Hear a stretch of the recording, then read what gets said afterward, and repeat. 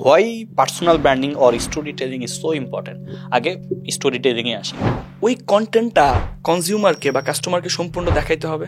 আর এটা দেখানোর এই 2025 সালে এসে অনলি ওয়ান উপায় হচ্ছে স্টোরি টেলিং করা।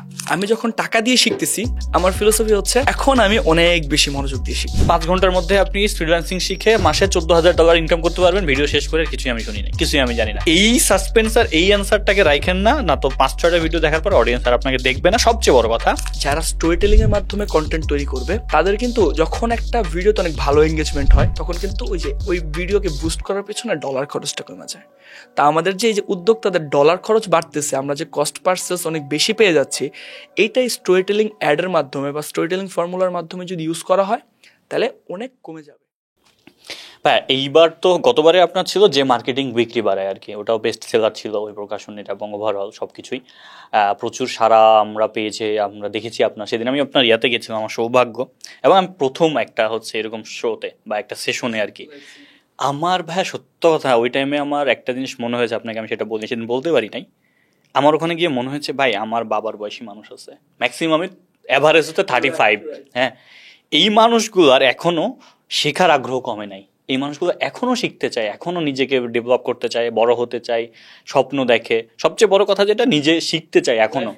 হ্যাঁ, এই বয়স, আমার বাবার বয়সে একটা মানুষ এখনো শিখতে যাচ্ছে, আর আমি ওনার ছেলের বয়সে আমি মাঝে মধ্যে হচ্ছে গিভ আপ করে দেই, শিখতে চাই না। তো আমার ওই টাইমে গিয়ে মনে হয়েছে যে ভাই আমার এই শোতে আসা বা এই সেশনে আসা সবচেয়ে বড় লাভ হচ্ছে যে আমি একটা রিয়েলাইজেশন পাইছি যে ওকে, শিখার আসলেই কোনো শেষ বয়স নাই।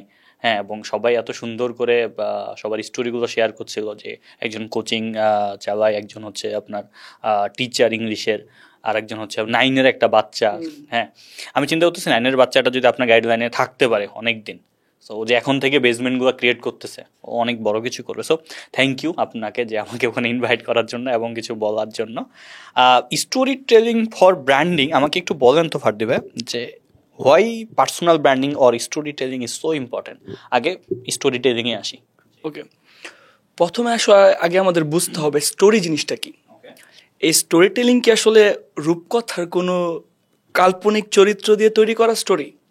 ব্যাপারটা এরকম না। স্টোরি বলতেই ভাবে আমরা স্টোরির বাংলা গল্প, তার মানে গল্প মানেই হচ্ছে কাল্পনিক গল্প। আমি প্রথমে আপনাকে একটা স্টোরি শোনাই। ধরেন আপনি একটু রিয়েলাইজ করা শুরু করেন, দর্শকরা হয়তো যদি চোখ বন্ধ করে রিয়েলাইজ করতে পারে তাহলে আরও তারা ইফেক্টিভভাবে জিনিসটা নিতে পারবে। আমি একটা আমার স্টোরি শেয়ার করতেছি। অফিসে যাওয়ার উদ্দেশ্যে সকালবেলা বাইক নিয়ে বের হলাম। বাইক নিয়ে সবসময় বরাবর আমি রাশ ড্রাইভিং করি। 100-র নিচে স্পিড আমার খুব কমই থাকে। তো যাচ্ছিলাম, মহাখালী ফ্লাইওভার দিয়ে যখন যাই, নিচে দেখলাম কিছু মানুষ জড়সড়ভাবে আছে। আমি ভাবলাম কী ঘটনা, এখানে আবার কি হচ্ছে। আমি বাইকটা একটু সাইড করে দেখলাম যে একজন মানুষ বাইক অ্যাক্সিডেন্ট করে সেখানে পড়ে আছে এবং অবস্থা খুবই ভয়ানক। বাট আমার হাতে সময়ও ছিল না। তো আমি 2-3 মিনিট দেখলাম কৌতূহলবশত। তারপর আমি আবার বাইক স্টার্ট দিয়ে যেভাবে আসতেছিলাম অফিসে চলে গেলাম। আপনার কি মনে হয় এটা কোনো একটা স্টোরি? এটা কিন্তু স্টোরি না, এটা হচ্ছে একটা ইনসিডেন্ট, মানে আমার সাথে একটা ঘটনা ঘটছে। এখন তাহলে স্টোরি কি হইতে পারে? সেটা হচ্ছে আমি অফিসে যাওয়ার উদ্দেশ্যে সকালবেলা বাইক নিয়ে রওনা দিলাম। রাশ ড্রাইভিং যেহেতু আমার বরাবরই পছন্দ, তো আমি রাশ ড্রাইভিং করতেছি।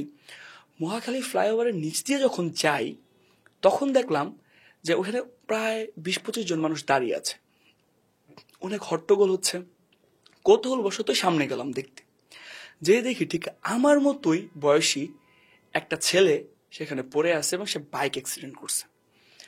এতটাই ভয়ানক অবস্থা যে 20-25 জন দাঁড়িয়েছিল, কেউ তাকে ধরার পর্যন্ত সাহস পাচ্ছে না।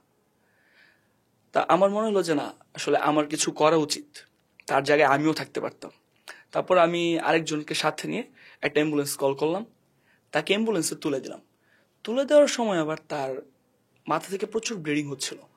মনে হয় হেলমেট ইউজ করে নাই, বা করলে হয়তো বা নিম্নমানের হেলমেট ছিল। তো প্রচুর ব্লিডিংয়ের থেকে কিছু রক্ত আমার শরীরেও ভরে গেছে। যাই হোক, তাকে হসপিটালের উদ্দেশ্যে পাঠিয়ে দিয়ে আমি বাইক স্টার্ট দিলাম। আশ্চর্যজনকভাবে আমি একটা জিনিস লক্ষ্য করলাম যে আমি কোনোভাবেই আর বাইকের স্পিড 40-এর উপর তুলতে পারতেছি না। যাই হোক, সেভাবেই হাত আমার কাঁপতেছে, সেভাবেই আমি অফিসে পৌঁছালাম। অফিসে পৌঁছানোর পরে আমি সর্বপ্রথম যে কাজটা করছি, একটা ভালো মানের হেলমেট অর্ডার দিছি। আর নিজের সাথে প্রতিজ্ঞা করছি যে কখনো আর এরকম ভাবে আমি রাশ ড্রাইভিং করব না। এটা হচ্ছে একটা স্টোরি। কারণ এই স্টোরিটা আমার সাথে যখন ঘটছে, আমার একটা মাইন্ড চেঞ্জ হয়েছে, আমার একটা মাইন্ড শিফটিং হয়েছে। যেখানে আমি রাশ ড্রাইভিং করতেছিলাম, এখন আর রাশ ড্রাইভিং করব না। আমি যেখানে হেলমেট পরতেছিলাম না, পরলে হয়তো বা নিম্নমানের পরতেছিলাম, এখন আর আমি ওই নিম্নমানের হেলমেটটাও পরবো না। এখন দেখেন, ঠিক এই যে হেলমেটের একটা কথা আসলো, এই জায়গায় যদি কোনো একটা হেলমেট কোম্পানি বা হেলমেট সেল করে কোম্পানি তাদের প্রোডাক্টের বিজ্ঞাপনটা দিত, তাহলে কি আপনার মনে হয় না এই হেলমেটই সেরা, এই হেলমেটই সবচেয়ে ভালো? অন দ্য আদার হ্যান্ড, এই স্টোরির থ্রুতে ওই হেলমেটটা যদি প্রচার করা হইতো, তাহলে এটা একটা শেয়ারেবল কন্টেন্ট হইতো। মানুষ জনসচেতনতার কারণে জিনিসটা শেয়ার করতো, এবং ওই হেলমেটটাও যে প্রয়োজনীয়তাটা, এটা মানুষ উপলব্ধি করতে পারতো। কারণ ফ্যাক্টস টেল, স্টোরিজ সেল। এই যে Exactly. স্টোরির মাধ্যমে আসলে কোনো কিছু সেল করার যে বিষয়টা, দেখেন এখানে স্টোরি টেলিং বলতে আমার আরেকটা বিষয় থাকে। আমরা যখন শুধুমাত্র ইনফরমেশন নেই যে ঠিক আছে একটা ভালো হেলমেট পরতে হবে, এটা আপনিও জানেন আমিও জানি, ভালো হেলমেট যে পরতে হবে।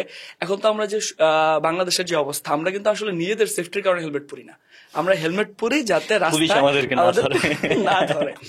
তো এই জায়গাটা আপনিও জানেন আমিও জানি, কিন্তু আমরা আমি একটা করতেছি না। মজার ফ্যাক্ট বলি, যেটা আমরা উবার যারা রেগুলার ড্রাইভ করি আমরা একটা কথা বলি, সরি ফর ইন্টারাপ্ট, যে উবারের যে হেলমেট আমাদেরকে দেয়, এই হেলমেট আমাদেরকে সেভ করে না, এই হেলমেটকে আমাদের সেভ করতে হয় এইভাবে মাথায় হাত দিয়ে, ঠিক আছে, যে ওকে উড়ে যাস না বাপ, এই অবস্থা। হ্যাঁ ভাই। আরেকটা বিষয় হচ্ছে কি, আমরা ছোটবেলা থেকে কিন্তু স্টোরি শুনি। হুম হুম। আমাদের ছোটবেলা থেকে আমাদের বাবা মা দাদা নানি, ওখানে যাস না, ভূত আছে। দেখেন এই যে স্টোরিটা যে আমরা শুনতেছি, আমাদের ভিতরে একটা বিলিফ সিস্টেম তৈরি হয়ে যেতেছে এই স্টোরিটা শুনতে শুনতে। আসলে কিন্তু ভূত নাই, কিন্তু আমরা ভাবতেছি আসলে হয়তো বা ভূত আছে। এবং এই বিলিফ সিস্টেম এমন অনেক মানুষ আছে যারা সারা জীবন বয়ে বেড়ায়, সারা জীবন শেষ বছর বয়স পর্যন্ত যে মানুষ ভাবে হয়তো বা ওখানে যাওয়া যাবে না, আসলেই ভূত আছে। এটার একটা কারণ হচ্ছে, আমরা যখন স্টোরি শুনি, আমাদের ব্রেন তো এক ধরনের প্রোগ্রামিং। হুম হুম। আমাদের ব্রেইনে এই যে স্টোরি যখন আমরা শুনি বা স্টোরির মাধ্যমে যখন কোনো ইনফরমেশন আমাদের ব্রেইনে আসে, তখন আমাদের বডিতে এবং ব্রেইনে এক ধরনের ফিলিং তৈরি হয়। ওকে। এবং এই ফিলিংটা এক ধরনের ডোপামিন রিলিজ করে। যেই ডোপামিনটা আপনার স্মৃতিশক্তি, দ্যাটস মানে আপনি যে জিনিসটা শুনতেছেন, যে ইনফরমেশনটা নিচ্ছেন বা যে ইনফরমেশনটা আপনি নিজের অ্যাকোয়ার করতেছেন, ওইটা অনেক বেশি মনে রাখতে হেল্প করে, যেটা শুধুমাত্র ইনফরমেশন দিয়ে করা সম্ভব না। তাই দেখবেন বিভিন্ন বড় বড় ব্র্যান্ড তাদের আমার এই প্রোডাক্ট কিনুন, আমার এই প্রোডাক্ট সেরা, এটা না বলে তারা কোনো একটা স্টোরি সেল করতেছে, কোনো একটা ইমোশন সেলস করতেছে, যাতে দোকানে যাওয়ার পর তাদের নামটাই মাথায় সবার প্রথমে আসে।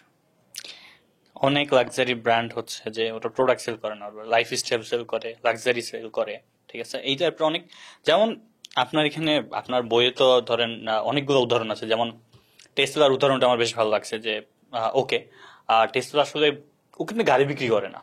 এবং আপনি অ্যাপেলের একটা দেখবেন, অ্যাপেল হচ্ছে, আমি যদি ভুল না করে থাকি, অ্যাপেল একটা ওদের অ্যাড বানিয়েছিল যে 2030 সালের মধ্যে ওদের সবগুলো প্রোডাক্টই এমনভাবে তৈরি হবে যেটা পরিবেশ ক্ষতিকর হবে না আর কি। এটা 2030-এর একটা ভিশন, ওদের একটা অ্যাড দিয়েছিল। সো এখনকার যারা সাকসেসফুল বিজনেস বলেন বা সবকিছু বলেন, স্টার্ট আপ বলেন, কেউ না নিজের প্রোডাক্ট সেল করে না, আপনার প্রয়োজনীয়তাকে এমনকি প্রোডাক্ট টার্গেট। তারা বানায়ও না।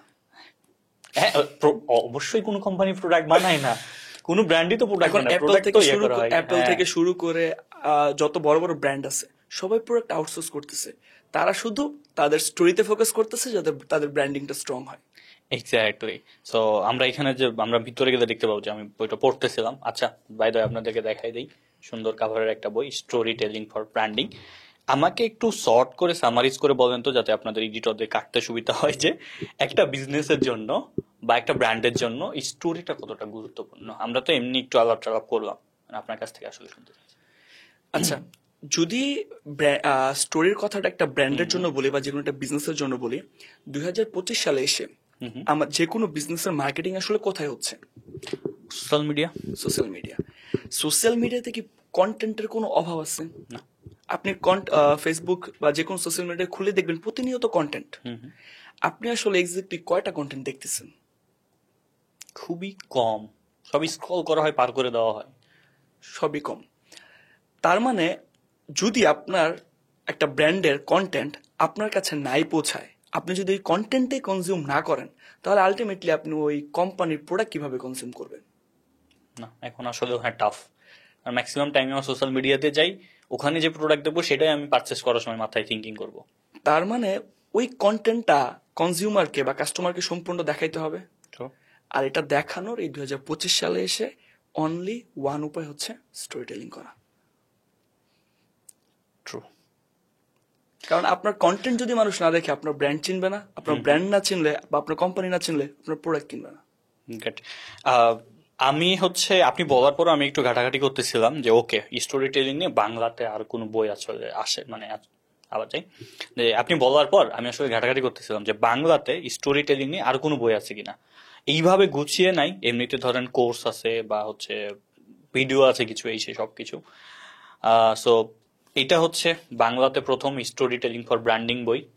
এবং আমাকে একটু যদি বলেন যে এই বইটা থেকে আসলে যারা নতুন বিজনেস করতে চায়, নতুন এন্টারপ্রেনার বা নতুন যে কোনো স্টার্ট আপ, আমি একটা জিনিস বলি ভাই যে বিজনেস না, পৃথিবীতে প্রত্যেকটা আপনি যদি মানুষ হয়েই ইমপ্রুভ করতে চান যে কোনো সেক্টরে আপনার জন্য স্টোরি লাগবে, obviously. Each and every sector. আমি এটা আমার ফ্যামিলির সাথেও দেখেছি যে ধরেন আমার একটা খুবই আমার হ্যাপি মেমোরি হইতেছে যে আমি এখন প্রত্যেকবার আমার ফ্যামিলিকে চেষ্টা করি যে আমার ঈদে সব জামা কাপড় কিনে দেওয়ার। মানে আপনি আপনার ফ্যামিলিকে ঈদের জামা কাপড় কিনে দেওয়ার যে হ্যাপিনেস, এটার মতো হ্যাপিনেস আর কখনো নাই। ওই যে আপনি বলতেছেন যে কক্সবাজার যাওয়ার পর যখন ওরা ফেরত আসে বলে যেটা ভালো লাগছে, ওটা ভালো লাগছে, আপনার মধ্যে একটা গুজবাম কাজ করতো এবং খুব ভালো লাগতো ওকে ফ্যামিলির জন্য কিছু একটা করতে পেরেছি। আমার মনে হয় যে প্রত্যেকটা ক্ষেত্রেই স্টোরিটা খুবই গুরুত্বপূর্ণ। আমি আমার নেটওয়ার্কিং এর ক্ষেত্রে আমি স্টোরি ইউজ করি, ধরেন আইমান ভাইয়ের সাথে বলেন, খালিদ ফারহানের সাথে বলেন, সবকিছু ক্ষেত্রে আমি শুধু যা বলি না ভাই রমজান ভাই আপনার ভিডিও ভালো লাগছে ভাই, বিগ ফ্যান ভাই, নো ওয়ান কেয়ারস। সবাই শুনতে চাই ওকে দেন হোয়াট তুমি। আমি সেদিন ফারহান ভাইকে জিজ্ঞেস করতেছিলাম যে ভাই তথাকথিত সেলিব্রিটি বলেন, কন্টেন্ট ক্রিয়েটার বলেন, এদের সাথে তো আমাদের যোগাযোগ করার সবসময় ইচ্ছা থাকে। আমার একটা মেসেজ রিপ্লাই দিতে, যেমন আমার ধরেন এখন ওই বাচ্চা মেয়েটা কাজ করে, আমি যখন আপনি বাসিকে চিনেন, বাস্কার বাসি, ওকে, বাস্কার বাসি আমার একটা স্টোরিতে রিপ্লাই দিছিল, আমি তারপর জাকির খান আমার একটা স্টোরিতে রিপ্লাই দিছে, রণবীর দিছে। আমার মনে হয় এখনো ওগুলো মজা লাগে। কিন্তু আমি রণবীরকে একটা স্টোরিতে ট্যাগ করছিলাম যে boss inspire from you and I hope যে আপনি এটা দেখবেন, আমি ইংলিশে লিখছিলাম, অ্যান্ড হোপফুলি যে আপনার সাথে 25 আর 26 আপনার দেখা হবে। অ্যান্ড ও এটা বলছে আচ্ছা আমার কাছ থেকে কেউ ইন্সপায়ার হয়ে বাংলাদেশে কিছু করতেছে অ্যান্ড ওর একটা ভিশন হইতেছে, এত সালের মধ্যে আমার সাথে দেখা হবে, আমি কোনো একদিন যদি দেখা করতে পারি আই ক্যান শো যে ভাই এই যে আপনি রিপ্লাই দিচ্ছেন। আমার মনে হয় এই একটা স্টোরি বা একটা অ্যাঙ্গেল বুঝায় দেওয়া যে ওকে বস আমার কিছু একটা স্টোরি আছে যেটা আমি রেডি করতেছি, আপনার সাথে দেখা হবে। আমার মনে হয় এটা গুরুত্বপূর্ণ সব ক্ষেত্রে। অবভিয়াসলি দেখেন, এই ডিবেট যদি আমরা চালাতে থাকি তাহলে আজকে সারা রাত চলে যাবে, কিন্তু ডিবেট শেষ হবে না। কিন্তু ডিবেট শেষ হওয়ার জন্য আমি একটা স্টেটমেন্ট দিতে চাই। আমাদের পবিত্র ধর্মগ্রন্থ কুরআন শরীফ, হিন্দু ধর্মগ্রন্থ গীতা বা বাইবেল, আপনি যদি এগুলো পড়েন দেখবেন মহান আল্লাহ তাআলা বা যে কোনো সৃষ্টিকর্তা কিন্তু এটা বলে নাই যে তুমি এই করো, তোমাকে এই করতে হবে। উনি এখানেও এক ধরনের স্টোরি ছিল যে তারা কিন্তু আমার কথা শুনে নাই, আমি তাদেরকে ধ্বংস করে দিছি, তারা আমার কথা শুনছে, তাদেরকে আমি ভালো ফলাফল দিব। তো প্রত্যেকটা ধর্মগ্রন্থেই বা বিশেষ করে আমাদের যদি ইসলাম ধর্মে আসি, আপনি দেখবেন প্রত্যেকটা সূরা নাজিল হওয়ার পিছনে আবার শানে নজুল আছে। এটাও কিন্তু এক ধরনের স্টোরি, কেন আসলে এই সূরাটা এই সময় নাজিল হলো। তার মানে আপনি দেখেন আমাদের ধর্মগ্রন্থ থেকে শুরু করে প্রত্যেকটা জায়গাতেই স্টোরির ব্যবহার ছিল। আচ্ছা, আমি যদি আপনাকে একটা প্রশ্ন করি, আমরা তো সোশ্যাল মিডিয়াতে থেকে শুরু করে বিভিন্ন ধরনের অ্যাড দেখি, লাইক ধরেন আমার কোর্সের অ্যাড আছে, আমার বইয়ের অ্যাড আছে, আপনি হয়তো বা বিভিন্ন সময় অ্যাড দেখান। তো আপনি বলতে পারবেন জাস্ট খুব ফাস্টলি কোন ধরনের অ্যাড অনেক বেশি ভালো পারফর্ম করে, বা কি ধরনের অ্যাড রান করলে আমি স্টুডেন্ট পাবো বেশি, বা আমার বই সেলস হবে বেশি, বা আপনার যে কোনো প্রোডাক্ট সেলস হবে বেশি? আপনি যদি আমাকে জিজ্ঞেস করেন আমার টার্গেটেড অডিয়েন্সের প্রবলেম কি সেটাকে সলিউশন করে আমি ফার্স্ট ওয়ার্ড এগুলাই বলি। ওকে, ভেরি গুড। আমি যদি বলি, আপনি দেখবেন সাকসেস স্টোরি, ফিডব্যাক, আপনার প্রবলেম সলিউশন করে আপনি করছেন, ভেরি গুড। কিন্তু একটা টাইমে যাওয়ার পর যাদের যাদের সলিউশন হয়েছে তাদেরকেও তো আপনার দরকার যে আমি এই প্রোডাক্টটা সেল করতাম, এই প্রোডাক্টটা সেল করে অমুক ভাই শফিকের এই প্রবলেমের সলিউশন হয়েছে। কারণ আপনি আলটিমেটলি একটা প্রবলেমের সলিউশন করতে যাচ্ছেন, এখন এই প্রবলেম তো কারো না কারো সলিউশন হইতে হবে। তো ওই ব্যক্তি যখন এসে তার প্রবলেমের সলিউশনটা আপনাকে বলবে, আলটিমেটলি তখন এটা একটা ফিডব্যাক বা এটা একটা সাকসেস স্টোরি স্টুডেন্টের ক্ষেত্রে, যে আপনি ধরেন আমার স্টুডেন্ট, আপনি আজকে অনেক বড় একটা জায়গায় চলে আসছেন, সো আপনার সাথে আমি একটা ধরেন পডকাস্ট করতেছি, এটা একটা স্টোরি হতে পারে। তার মানে এটাও একটা স্টোরি। যেই ফিডব্যাক আমরা নেই, যেই স্টোরিজ আমরা নেই, বা যে সাকসেস স্টোরি আমরা আমাদের স্টুডেন্টদেরটা দেখাই, এটাও এক ধরনের স্টোরি। শুরুটাও কিন্তু ছিল স্টোরি, যে আপনি আমার এখানে আসলেন, এখানে এসে আপনি এক ধরনের মানুষের সাথে পরিচিত হইলেন, এই যে একটা ফিডব্যাক দিলেন, আপনার realisation, it's a story. Exactly. এখন এটা passive journal 10ms school maximum সবাই ইউজ করে। আমি যে কালকে আইমান বাড়ির ইয়াতে দেখলাম যে ওদের 6ষ্ঠ শ্রেণীর একজন, ওদের একটা স্টুডেন্ট আর কি রোল নাম্বার 1 হয়েছে, এবং এটা সবাই ঢালাও করে প্রচার করছে 10ms। Okay, it's a success story, বাড়ির স্টোরি। এক্স্যাক্টলি। সো এইটাই আর কি। স্টোরি আসলে কতটা গুরুত্বপূর্ণ ভাই, আমার ধরেন আমি সেদিন ফারহান ভাইকে বলতেছিলাম, ফারহান ভাই লাস্ট 14-15টা ভিডিওর মধ্যে 3টা ভিডিও হাই র্যাঙ্কে ছিল, তার মধ্যে একটা ছিল হচ্ছে অ্যানিমেল ফার্ম নিয়ে বলা একটা এবং এটা ভিডিও। খুব ফাস্ট গ্রো করছে, এবং এটা হ্যাঁ। পুরাটাই স্টোরি। এত সুন্দর করে ফারহান ভাই স্টোরিটা বলছে, এবং এটা মনে হয় না যে ওকে, মানে আপনি দেখবেন খুব কম মানুষ, মানে খুব ভিডিও যেগুলো বই নিয়ে বলা, ওগুলো এত সাকসেস স্টোরি দিয়াতে যায়। কিন্তু ফারহান ভাইয়ের একটা জিনিস আমি দেখছি, ওই ভদ্রলোকের বই নিয়ে বলা প্রত্যেকটা ভিডিও ভালো র্যাঙ্ক করে, কারণ ওর একটা স্টোরি বলার ধরন আছে। আমার মনে হয় যে বসে সামনে কেউ শুনতেছে এক টাইপের। আপনি যেমন সেই দিন হচ্ছে যে কিনেদের সাথে যে বোতল নিয়ে যে ইয়াটা করবেন আর কি, যে ইমোশন, হ্যাঁ, emotional. বোতলের ক্যাপ না খুললে তো আসলে exactly. So people can hook and okay something is here. So তারপর ওই যে আপনার বোলের মূল্য বৃদ্ধি করে দেওয়া, ঠিক আছে, 150 টাকা, তারপর হচ্ছে যেটা জারটা হয়ে গেল 1,50,000 টাকা। সো এই যে ব্যাপারগুলো একটা স্টোরির জন্য বা ব্র্যান্ডিং এর জন্য আসলে এখন খুবই জরুরি। বাট আমি এখানে একটা জিনিস অ্যাড করতে Please, চাই, যেহেতু খালিদ ফারহান ভিডিওটার কথা বললেন, it's a story. On the other hand, ওই সিচুয়েশনের জন্য এটা একটা রিলেটেবল স্টোরি, এক্স্যাক্টলি। যার কারণে এটা খুব দ্রুত হিট করছে। কারণ বাংলাদেশের পলিটিক্যাল সিচুয়েশনটা ওই দিকেই মূলনীতি ছিল।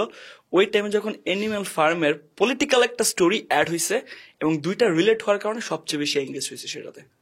ট্রু। মানে আমার নিজের একটু ব্র্যান্ডিং করে ফেলি, আমার একটা ফলো পেজ ছিল, মানে এখনো আছে, মাত্র 800 ফলোয়ার ছিল। সো আমি এই যে ড্রামা মাইনের একটা ট্রেন্ডিং চলতেছিল, একটা মিউজিক আর কি। So what can I do, আমি আমার পডকাস্টে গেলাম, 4-5টা ক্লিপ কাটলাম, আমি দেখলাম সবচেয়ে আগে কোনটা দিব। তুর্যর একটা ক্লিপ কেটে কন্টেন্ট, মিউজিক, কন্টেন্টটা ছিল যে life not about success, life is about felling, depressed, success overwhelming সব কিছু। আমি দুইটাকে ইউজ করে দিলাম, আমার 800 মাত্র ফলোয়ার। ওই ভিডিও এখন 1.2 মিলিয়ন। আপনি পোস্ট দিচ্ছিলেন। হ্যাঁ, এবং হচ্ছে আমি সবচেয়ে বেশি অবাক হয়েছি ভাই যে ওটা 10,000-এর বেশি মানুষ শেয়ার করছে, 10,000-এর বেশি মানুষ গেছে। তারপরেরটা 500K, তারপরে আবার 300K। এটা কিন্তু টিকটক হচ্ছে। ইনস্টাগ্রাম 70টা ফলোয়ার ছিল, ওইখানে 500K চলে গেছে।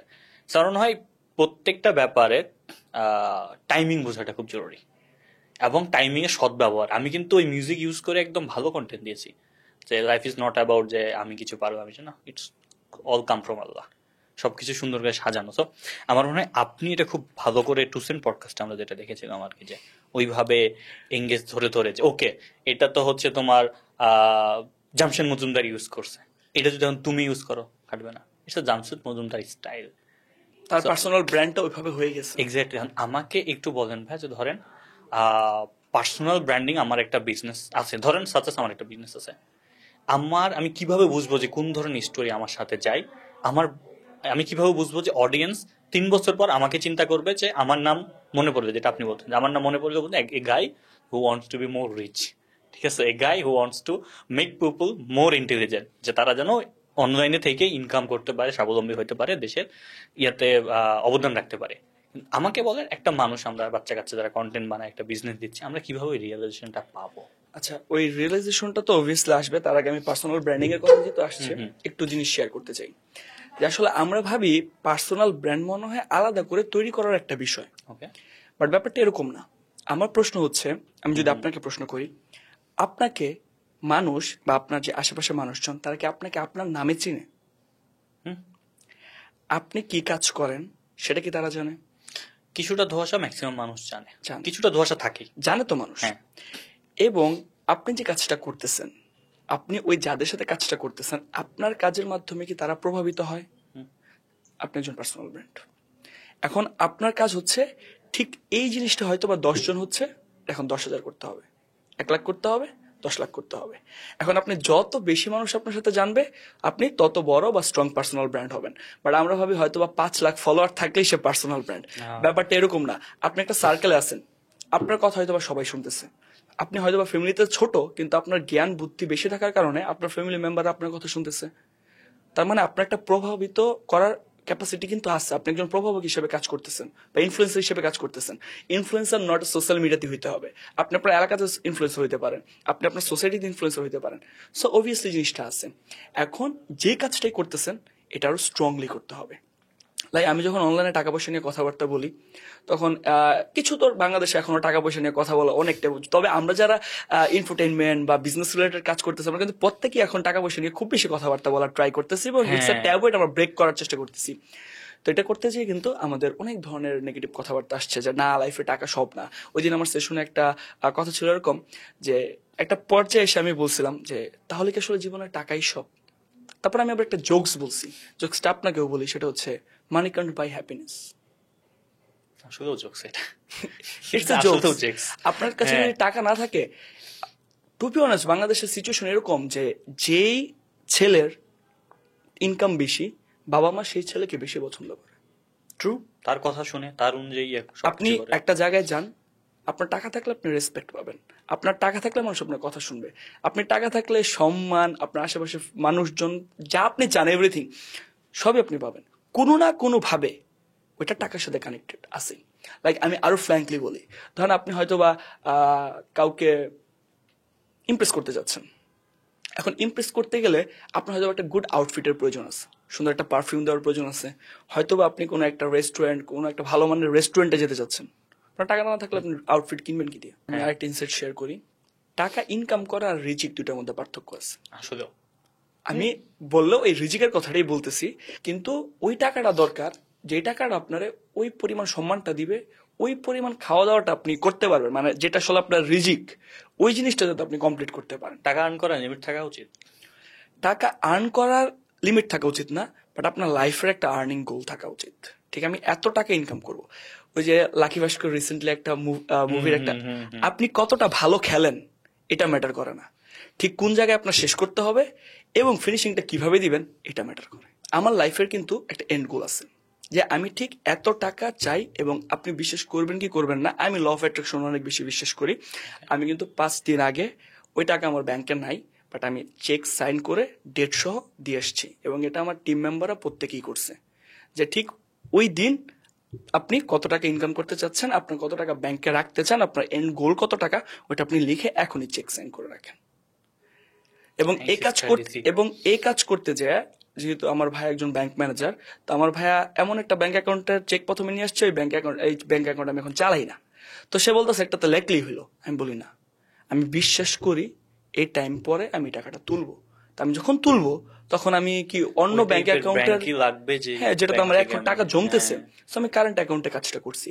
তো আপনি জাস্ট দৌড়েলেন লাইফে, আপনার খালি প্রচুর টাকা ইনকাম করতে চাইলেন, তাহলে আপনি এই টাকাটা আসলে কবে ভোগ করবেন? বা আপনার যে রিজিক, আপনি তো ধরেন এখন বাংলাদেশের পার্সপেক্টিভে 1,000 কোটি টাকা আপনি কোথায় খরচ করবেন? এই মুহূর্তে আপনার আমার মাথায় প্ল্যান নাই 1,000 কোটি টাকা কই খরচ করবেন। আসলে সৎ উপায়ে। তো এই টাকা আসলে আমাদের ইনকাম গোল না। আমাদের ভালোভাবে চলতে, সমাজে একটা ভালো জায়গায় যাইতে, এবং টাকা হচ্ছে একটা জিনিস, দেখেন, আপনি যদি ভালো মানুষ হয়ে থাকেন, আপনি টাকা দিয়ে ভালো কাজ করবেন। আপনি যদি খারাপ মানুষ হয়ে থাকেন, টাকা দিয়ে আপনি খারাপ কাজ করবেন। তার মানে টাকাটা আসল ফ্যাক্ট না, ফ্যাক্ট হচ্ছে আপনার মেন্টালিটি। আপনি যখন অনেক টাকা থাকবে, আপনি অনেক বেশি মানুষকে দান করেন, মানুষের কর্মসংস্থানের ব্যবস্থা করেন, আপনি মানুষকে জাকাত দেন, হজ পালন করেন, নিজে হজ করা পসিবল হলে, বাবা মাকে হজ করানো পসিবল হলে, আপনি পাশে পাশে আর 2-3 জন মানুষকে হজ করান।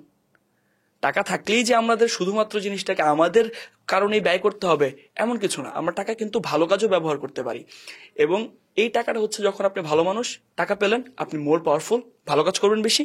আপনি পাওয়ারফুল মানুষ, ছিনতাই, রাহাজানি বা মাস্তানি এগুলো করেন, টাকা পাইলেন, আপনি আপনার ওই সার্কেল আরো স্ট্রং করবেন। তাই টাকা আসলে খারাপ না, মেন্টালিটিটার উপর ফ্যাক্ট করে আমরা টাকা কিভাবে ইউজ করতেছি। আমি ফ্রেজটা ঠিক মতো বুঝাতে পারবো কিনা, তারপরও বলি যে ওকে, টাকা আর্নিং বা টাকা ব্যাপারটা খারাপ না, বাট একটা টাইম পর অ্যাজ এ পার্সন হিসাবে আপনার টাকা আর্নিং এর জন্য ফোকাস না দেওয়াটা জরুরি। এটা উচিত কিনা একটা লাইফের একটা স্টেজে, যে আমি আর টাকা ইনকাম করতে আমার লাইফের এত ঘন্টা মিটিং করব না, এতক্ষণ জুম ক্লাস করাবো না, এখানে করবো না, তো অটোমেটিক আসবে বা অটোমেটিক ভাবে চলে আসবে। কিন্তু একটা স্টেজের পর আমি টাকার জন্য দৌড়াবো না, টাকা এমন কিছু করে রাখবো যে এমনি এমনি টাকা এমনি এমনি তো আসবে না। আপনি ওই ফানেলটা রেডি করে রাখবেন যে টাকাগুলো আপনার এতে আসবে, আপনার টিম থাকবে, মেনটেন থাকবে। এটা থাকা উচিত কিনা একটা বয়স? অবভিয়াসলি থাকা উচিত। আমি আরেকটু সুন্দরভাবে এক্সপ্লেন করে দিই Please, ভাই। যেটা আমার লাইফের সাথে হয় বা এটা আসলে হবে।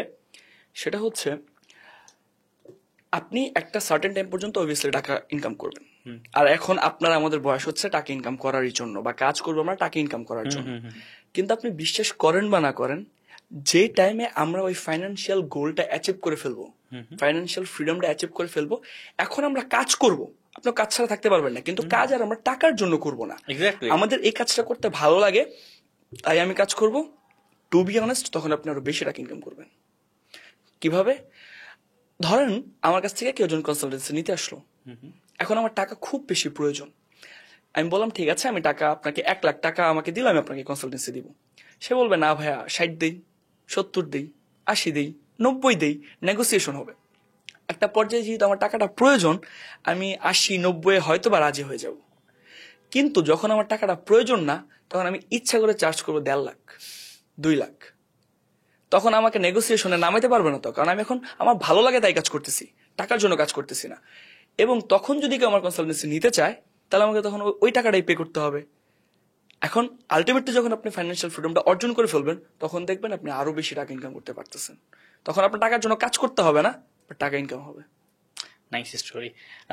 রাত সামানি হচ্ছে কালকে এটা ওনার একটা কন্টেন্ট দেখলাম যে উনি ইন্ডিয়ান সাবকন্টিনেন্ট নিয়ে বলছে, এবং সেটা বাংলাদেশের ক্ষেত্রেও প্রযোজ্য, যে যতদিন না মাসে 1 থেকে 1.5 লাখ টাকা আসতেছে, আর্নিং করতেছো, ততদিন এইসব লাইফের পারপাস টারপাস সাইডে রাখো, টাকা ইনকাম করো। ঠিক আছে? তো এইটা আর কি। আপনি যেটা বললেন ওই যে 60-70 দিতে চাইলে আমরা সেটা 1.5 লাখ চাই বসবো। এটা না সুন্দর গল্প আছে, আপনি শার্লক হোমসের তো নাম শুনছেন এবং ওনার গল্প পড়ছেন আই হোপ। ওনার রাইটার যে স্যার আর্থার কনেল, তো ওনার একটা পাণ্ডুলিপি বের হওয়ার পর উনি লেখালেখি করবে না, মনে করছে ভালো লাগতেছে না, লেখালেখি করবো না।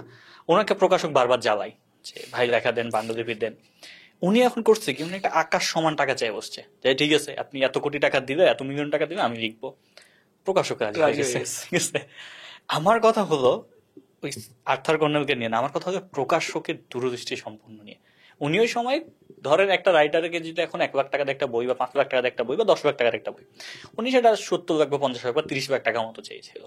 তারপরও প্রকাশক রাজি হয়ে গেছিল, কারণ উনি বুঝতো যে স্টোরির একটা মানুষের না, প্রকাশক বলেন বা একটা রিডার বলেন, এদের একটা গুণ থাকা উচিত যে আমি পোটেনশিয়াল বুঝতে পারবো, কার মধ্যে কি আছে, কাকে দিয়ে আমি চালাতে পারবো, তার কাজ কি হবে আর কি।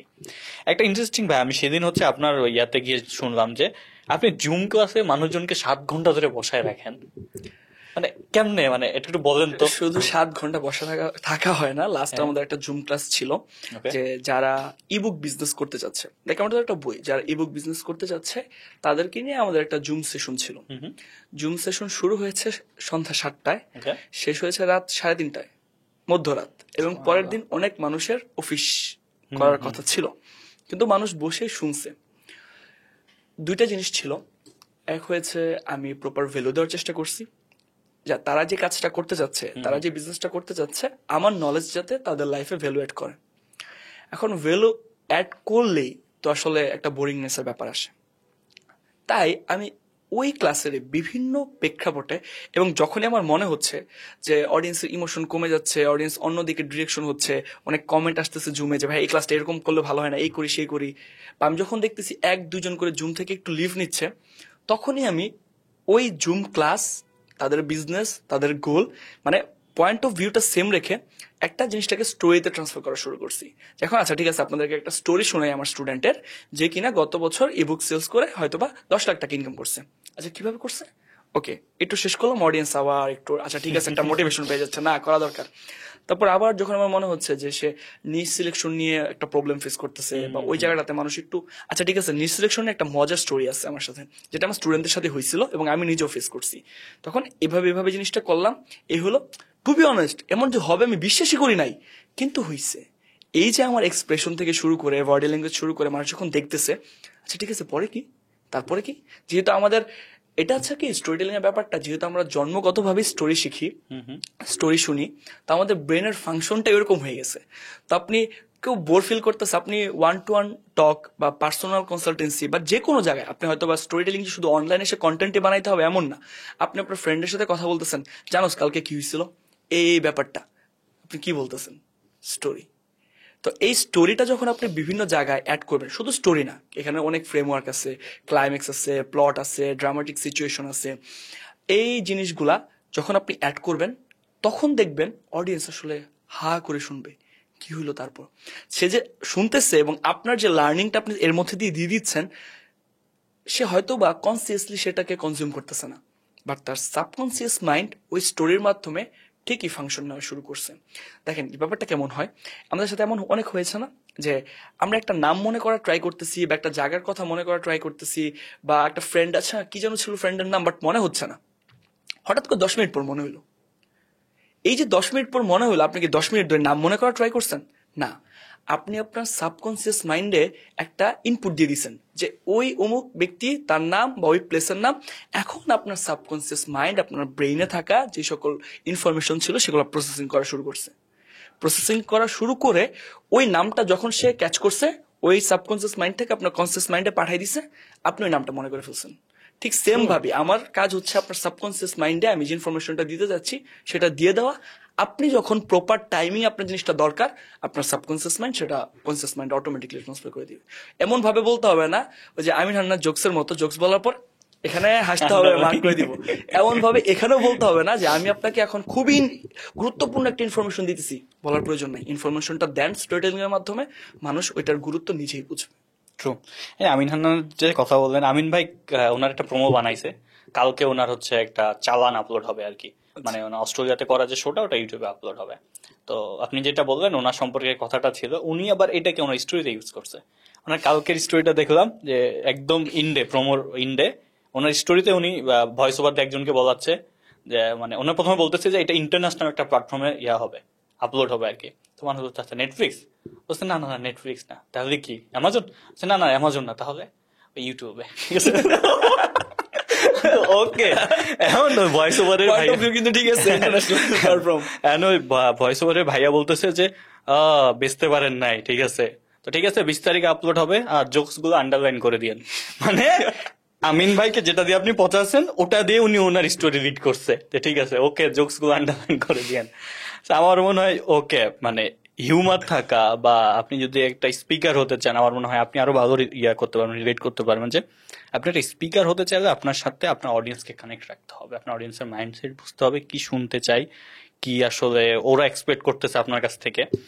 এবং আমাকে একটু বলেন তো, ফারদি ভাই তো অনেক সেশন নেয় অনেক মানুষের জন্য, আমি যেহেতু জ্ঞান বিতরণ করেন, অনেক কিছু করেন, ফারদি ভাই অ্যাজ এ রিডার বা অ্যাজ এ পার্সন হিসাবে কোন কোন জায়গা থেকে ইনফরমেশন নেয়, জ্ঞান আহরণ করে, যেটা বাংলা ভাষায় মানে আপনার সোর্স কি কি জ্ঞান আচ্ছা, নেওয়ার? এখন খুবই কন্ট্রোভার্সিয়াল একটা টপিকে ঢুকে পড়বো। এটা হচ্ছে বাংলাদেশের জন্য কন্ট্রোভার্সিয়াল। কেন কন্ট্রোভার্সিয়াল?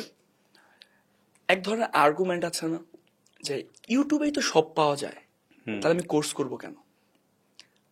এই ধরনের একটা আর্গুমেন্ট আছে, বাট আমি এই আর্গুমেন্ট বা এই ধরনের ফিলোসফিতে বিশ্বাসী না। ওকে, ইউটিউবে সব পাওয়া যায়, আমি নিজে তো একজন কন্টেন্ট ক্রিয়েটর, আমার কোর্সও আছে, আমি নিজে জানি আমি ইউটিউবে কতটুকু দেই, কতটুকু আমার কন্টেন্টে আছে। সো 90% মানুষ সেম, ইউটিউবে কতটুকু দেয়, আর যাদের কোনো একটা পেড কন্টেন্ট বা কোর্স আছে, পেড কোর্সে কতটুকু রাখে। পয়েন্ট হচ্ছে এটা, ইউটিউবে আপনি পাবেনও, অনেক রিসার্চ করতে হবে। একটা ইনফরমেশন পাওয়ার জন্য হয়তো বা আপনার 20টা ভিডিও দেখতে হবে। ধরেন আরো সহজ করে বলি, আপনি এই যে যে প্রশ্নটা আমাকে করলেন, এই প্রশ্নটা উত্তর খোঁজার জন্য আপনার আমার কয়টা ভিডিও দেখতে হবে, যে আমি কোন জায়গা থেকে নলেজ নিই? অনেকগুলাই দেখলেও কি আপনি পাবেন? না, আবার অনেক সবটা শুনলে হবে মনে হবে 1 মিনিটে আপনি বলছেন, কোথাও আবার হচ্ছে বলেনই নাই, কোথাও প্যাসিভলি বলছেন, মানে গুছায় ওকে এই প্রশ্নের উত্তর সরাসরি এই উত্তর কোথাও নাই। কিন্তু এখন যখন আপনি আমাকে ডিরেক্ট প্রশ্ন করতে পারতেছেন, আপনি ডিরেক্ট উত্তর পাচ্ছেন, সবচেয়ে বেশি যে জিনিসটা সেভ হচ্ছে আপনার সময়, রাইট? তা আমার এই সময় বাঁচাইতে হয়।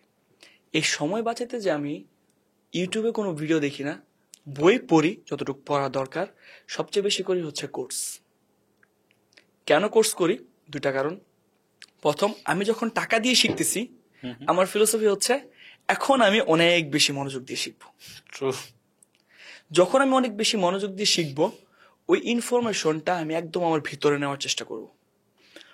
কোনো ধরনের ডিস্ট্রাকশন হচ্ছে না। আমি হয়তো একটা ভিডিও দেখতেছি যে শাহরাজ ফার্দি বাংলাদেশের শিক্ষা ব্যবস্থা নিয়ে কথা বলছে, নিচে আবার দেখতেছি নোরা ফাতিহি কি করছে, আচ্ছা দেখি তো, অর্ধেক দেখে মানে চলে গেলাম। যখন আমি কোর্স করতেছি এই ধরনের কোনো ডিস্ট্রাকশন আসতেছে না। আমি হয়তো বা একটা এলএমএস এ ঢুকতেছি, লার্নিং ম্যানেজমেন্ট সিস্টেম বা যার যে প্ল্যাটফর্ম, ওইখানে আমি পর সবগুলো সিরিয়াল ওয়াইজ পাচ্ছি, যাচ্ছে এটা তারপর এটা তারপর এটা। এবং যদি প্রয়োজন পড়ে আমি হয়তো বা মেন্টরের সাথে সরাসরি কোনো একটা ইনফরমেশন নিতে পারছি, যেটা আমার অনেক বেশি সময় সেভ করতেছে। এবং মূলত সময় সেভ, এবং আমি যাতে প্রপার নলেজটা নিজের ভিতরে নিতে পারি, নিজের মাইন্ডসেটটা ডেভেলপ করার জন্য আমি তো একটা কোর্স কিনছি। যার কারণে এই দুইটা কারণে আমি অনেক বেশি কোর্স করি। যখন আমার মনে হয় টাইম ম্যানেজমেন্ট নিয়ে আমার কিছু জানা দরকার, ওকে টাইম ম্যানেজমেন্টের কি কি কোর্স আছে আমি দেখি না, কি কি ভিডিও আছে। আচ্ছা আমার এখন ব্রেন মাস্টারি, ব্রেন সাইকোলজি নিয়ে কিছু জানা দরকার, কার কার কোর্স আছে, ওকে কোর্স করি। কারণ অনেক কম সময়ে আমি অনেক বেশি ইনফরমেশন নিয়ে ফেলতেছি। কিন্তু ফার্টি ভাই মানে হ্যাঁ, আমি আপনাকে একটা প্রশ্ন সিমিলারই করবো, জাস্ট আপনি 2-3 লাইনে উত্তরটা দিবেন যে পার মান্থ কিরকম টাকার কোর্স করেন আপনি, বা পার ইয়ার, বা পার 4 মান্থ কোয়ার্টার? এটা হচ্ছে আসলে বেসিক্যালি যেমন কিছু দিনের মধ্যে আমার $10,000 একটা কোর্স কেনার চিন্তা ভাবনা আছে, এবং এটা আমি শেয়ার করছি। আমি নিজে একটা কোর্স কিনবো হচ্ছে $1,00,000, বাংলাদেশের টাকা 1,20,00,000 টাকা। এটা হচ্ছে ওইটা হচ্ছে আমার এন্ড এক গোল, একটা কোর্স করার। ওইটা নট এ কোর্স, এটা ইনার সার্কেল, একটা আড্ডা হয়। আড্ডা হচ্ছে হাই টিকিট সেলস এর জন্য কিভাবে করতে হয়, এটা একটা 1 or 2 ডে ডিউরেশনের একটা হয় কোর্স। কোথায়? বাংলাদেশে না? বাংলাদেশে তো সম্ভব না, এইটাই বলতেছি। বাট আপনি যদি কোর্স করেন, আমি এক কথায় বলতে গেলে বাংলাদেশে ডিজিটাল মার্কেটিং এর উপর যত কোর্স আছে, যে মেন্টর আজকে অ্যাড চালাইছে আমার কাছে আসছে, তার কোর্স আমার পারচেস করা হয়ে গেছে। মানে যত কোর্স আমার কাছে আসে ডিজিটাল মার্কেটিং এর উপরে বা আমার ফিল্ডে, আমি সব কোর্স করি। তাই আমাকে বলেন কত টাকার এমনি পার মান্থ বা পার ইয়ারে কোর্স? পার মান্থ তো ইয়ারলি তো 5-6 লাখ টাকা হবেই মিনিমাম। সো আমাদের ধরেন ফার্দি ভাইকে যারা ফলো করে তার অনেকাংশেই ছোট একটা অংশ হলো অনেক স্টুডেন্ট আছে যারা ভার্সিটিতে পড়ে, অনেকে কলেজে পড়ে, তার জন্য 5 লাখ টাকা দিয়ে আসলে কোর্স কিনা হিউজ এক্সপেন্সিভ ব্যাপার। তাকে আপনি কি সাজেস্ট করবেন for knowledge sharing or entertainment, বা ভালো কিছু পিক করার জন্য সে কোনগুলো পিক করতে পারে, বা source of information? Point of view হচ্ছে 5 লাখ টাকার কোর্স কিন্তু আমি একটা কিনি না। ওকে। হয়তোবা একটা কোর্স 1,000 প্রাইস, একটা কোর্স 2,000 প্রাইস, একটা কোর্স 5,000 প্রাইস, এরকম অনেক কোর্সের প্রাইস আছে। এবং আমি কিন্তু লাইফের শুরুতে এটা এখন রিসেন্ট রেশিও বলতেছি, কিন্তু এই রিসেন্ট আমি যখন 5 লাখ টাকা খরচ করবো একটা কোর্স কিনতে, অবভিয়াসলি তার মানে আমার আর্নিং আরো বেশি থাকতে হবে। ট্রু। তো আমি যখন শুরু করি তখন আমার যেই জিনিসটাই দরকার ছিল, জাস্ট আমার এখন হচ্ছে ডিজিটাল মার্কেটিং আর ফেসবুক অ্যাডটাই জানা দরকার, এবং ডিপলি জানা দরকার। আমি ওই জিনিসটা জানার জন্য কোর্স করছি। ওকে। বাট এখন আমার টাইম সেভ করতে হয় অনেক বেশি, দ্যাটস আমি সবই কোর্স করি। বাট যখন আমার এজ এ স্টুডেন্ট হিসেবে আমার স্টুডেন্টের সবকিছু জানার প্রয়োজন নেই, আমি যেমন অনেক ইন ডিপতে জানতেছি, তার কারণ হচ্ছে আমি শেখাচ্ছি। তো যখন আমি শেখাচ্ছি তখন আমার ব্যাক এন্ডের নলেজ লাগতে পারে অনেক বেশি। ধর আপনি আমাকে একটা প্রশ্ন করে ফেললেন, ওই প্রশ্নের উত্তর হয়তো আমি জানি না, কিন্তু ওই প্রশ্নের উত্তরটা সকল স্টুডেন্টের জানার প্রয়োজন নেই। তো তার পার্টিকুলার ফিল্ডে ইউটিউব থেকে সে নিবেই, ইউটিউব না দেখলে সে আমাকে কিভাবে পেলো? সো এটা একটা প্রশ্ন। ইউটিউব দেখবেই, কিন্তু যেই জিনিসটাতে তার মনে হচ্ছে অনেক ইন ডিপ নলেজ জানা দরকার, যেটাতে আরেকটু জানলে হয়তো বা ভালো হবে, এবং খুঁজে সে কোনোভাবে পাচ্ছে না, তখন সে যে একটা কোর্স করতে পারে। বাট আমি কাউকে 5 লাখ টাকা দিয়ে এখনই কোর্স করতে ইন্সপায়ার করতেছি না, বাট আমি বলতেছি সে আস্তে আস্তে করে জায়গাটাতে যেতে পারে। গুড। ভাই আমাদেরকে একটু বলেন যে হচ্ছে আমি আপনার বই পুরোটাই শেষ করতে পারি নাই, এটা হচ্ছে কত জানি অব্দি আছে, দাঁড়ান, ওই যে 97 পৃষ্ঠা অব্দি আর কি, যে drive the future, drive Tesla আর কি। একটা এন্টারপ্রেনার যে নতুন শুরু করেছে বা সবকিছু, তার জন্য এই বই কি কি অফার করতেছেন? এবং আমি যেহেতু পড়েছি আমার এক্সপিরিয়েন্স বলবো, আমি অথরের এক্সপিরিয়েন্স বা অথরের এক্সপেকটেশন জানতে পারছি যে রিডার এখান থেকে কি কি পাবে। এটা যেহেতু ফিকশন না, সো যে সবাই নিজের মতো কল্পনা করবে, নিজের স্টোরি আছে না, এটা নিজের মতো কল্পনা করা কিছু না আসলে। সো ইয়া, ওকে, ওই জায়গাতে আসি। হ্যাঁ। সেটা হচ্ছে আপনি রিসেন্টলি খেয়াল করলে দেখবেন, আমরা মার্ক জাকারবার্গকে যারা চিনি, উনি দেখতে কিন্তু একটু অন্যরকম ছিল আগে, মানে তাকে দেখতে একটু রোবট মনে হইতো, রাইট? বাট রিসেন্টলি আপনি যেহেতু অনেক পডকাস্ট দেখেন, অনেক ইন্টারভিউ দেখেন, আপনি দেখবেন তার চুল লম্বা হচ্ছে, সে ড্রেস আপ পড়তেছে, ক্যাজুয়াল ড্রেস আপ অনেকাংশে পড়া ট্রাই করতেছে।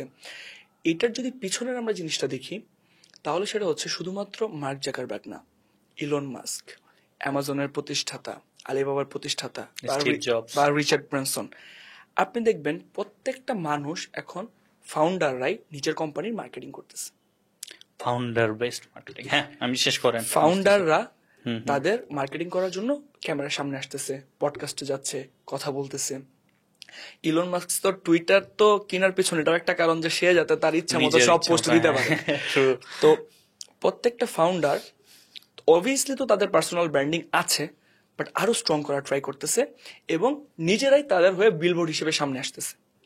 এখন এই যে কাজটা করতেছে, এখন এই কাজটা তো ধরেন যারা নতুন উদ্যোক্তা শুরু করতেছে সবাই তো এই কাজটা করতে পারবে না, টিভি ইন্টারভিউতে যেতে পারবে না, অ্যাওয়ার্ড শোতে যেতে পারবে না, এরকম বড় বড় প্রতিষ্ঠানের সাথে কানেক্টেড হতে পারবে না।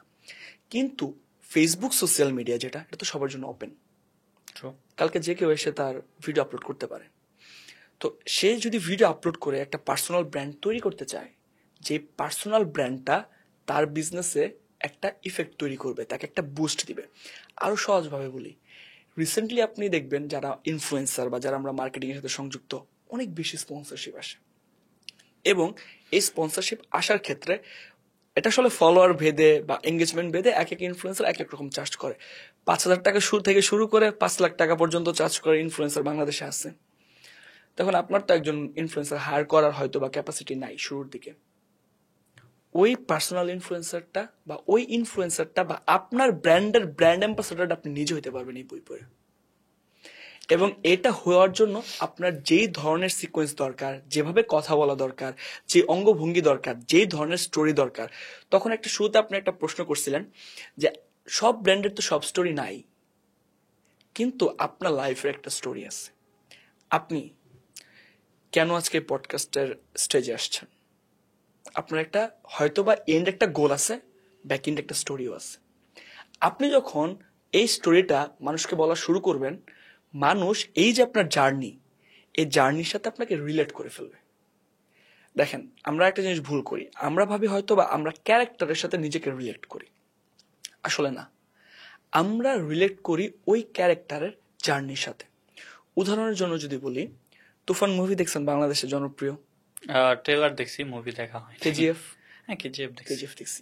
আচ্ছা, আমরা যে কেজিএফ দেখলাম বা যে তুফান দেখলাম, এই ফুল সিনেমা বা লাকি ভাস্কর দেখছেন, ওকে, এই বা স্ক্যাম 1992, এটার মানে অনেকটা স্টোরি জানি, পুরো মুভি একসাথে বসে দেখা হয়নি। আচ্ছা, যে মুভিগুলাই দেখছেন প্রত্যেকটা মুভি দেখেন হয় স্ক্যাম করতেছে, মানুষ খুন করতেছে।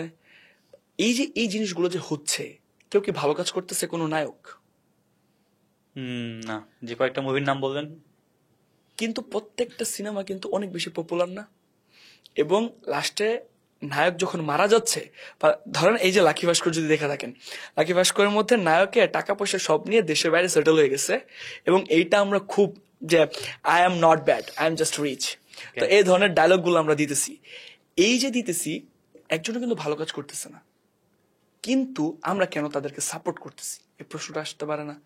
নায়করা করতেছে খারাপ কাজ, আবার এই খারাপ কাজটা হলভাবে সারা বিশ্বে প্রচার হচ্ছে, এই সিনেমার এই ধরনের স্মাগলিং হয়েছে, এই ধরনের ক্রাইম হয়েছে, কিন্তু আমরা আবার খুব বেশি এনজয় করতেছি। নায়করা যদি কেউ মারা ফেলে, আমাদের নায়ককে মারা যাবে না, নায়ক কেন করবে? কেন এই কাজটা হচ্ছে? তার হচ্ছে প্রত্যেকটা সিনেমা শুরুর আগে একটা ব্যাক স্টোরি সেট আপ করা হয়, যেটার উপর কেন্দ্র করে এই ফুল সিনেমাটা হয়। কেজিএফ বলেন, তুফান বলেন, লাকি ভাস্কর বলেন, প্রত্যেকেই মধ্যবিত্ত থেকে বা তাদের একটা গোল থাকে যে আমি এই সবগুলা কাজ করতেছি, তার কারণ হচ্ছে আমি এন্ডে এই জিনিসটা অ্যাচিভ করতে চাই। এবং আমার সাথে খুব বেশি খারাপ কিছু হয়েছে, ঠিক এরকম খারাপ কিছু হাজার হাজার মানুষের সাথে হয়। তারা ভাবে আরে ওর সাথে যে খারাপটা হয়েছে এটা তো আমার সাথে হয়েছে, সাথে হয়েছে, মার পারলে আরো মার। এই যে আমার সাথে খারাপ হয়, সবকিছু। আমি কিন্তু ওই ক্যারেক্টারের সাথে রিলেট করতেছি না, আমি রিলেট করতেছি হচ্ছে ওই ক্যারেক্টারের সাথে যা হয়েছে, ওই ক্যারেক্টারের জার্নি যেখান থেকে যেখানে আসছে। আপনি আরো যদি রিলেট করতে পারেন, আপনি দেখবেন ওয়ার্ল্ড ওয়াইড, আপনি রণবীরের কথা বললেন বা আরো যার যার কথা বলেন, বা আমি যদি বাংলাদেশের কন্টেন্ট সেক্টরে আসি, সবচেয়ে বেশি ফ্যান বেস ফলোয়ার হচ্ছে ব্লগারদের। আমরা এই যে এত কথা বলি মার্কেটিং বিজনেস, আমাদের কিন্তু ওই লেভেলের হিউজ ফ্যান বেস না, কিন্তু ব্লগারদের এই যে এত বেশি ফ্যান বেস, এর একটা কারণ আছে। তার কারণ হচ্ছে আপনি চিন্তা করে দেখেন, প্রত্যেকটা ব্লগারের এই মুহূর্তে আপনার মাথায় যার যার নাম আসতেছে, কারো বডি ট্রান্সফরমেশন হোক, কারো ফাইন্যান্সিয়াল ইন্ডিপেন্ডেন্সের জায়গায় আসুক, বিদেশে ঘুরতে যাওয়া। কারোর একটা বাইক থেকে হয়তো বা 10টা বাইকে আসুক। হ্যাঁ। আমি নাম বলতেছি না, কারণ আছে, কারণ হচ্ছে মানুষ যাতে নিজে থেকে ভাবতে পারে কার কার কথা বলতেছি। প্রত্যেকের স্টোরি আপনি জানেন, ঠিক প্রত্যেকের স্টোরি জানেন দেখে আপনি তার সাথে রিলেট করতে পারতেছেন। আর যখনই রিলেট করতে পারতেছেন মনে হচ্ছে এটা আমারই মতো ক্যারেক্টার, আমার এখন বাইক কেনার টাকা নাই, তারও ছিল না, এখন তার 10টা বাইক, আমারও তাহলে একসময় 10টা বাইক হবে।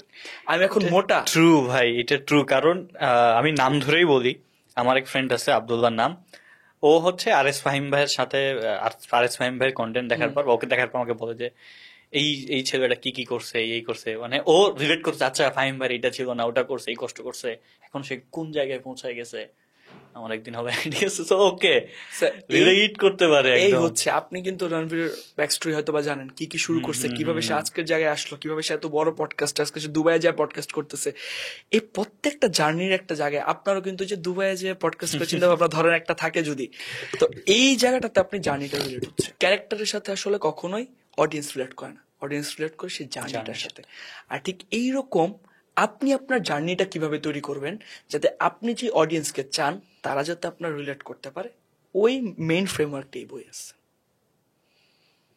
নাইস ভাইয়া।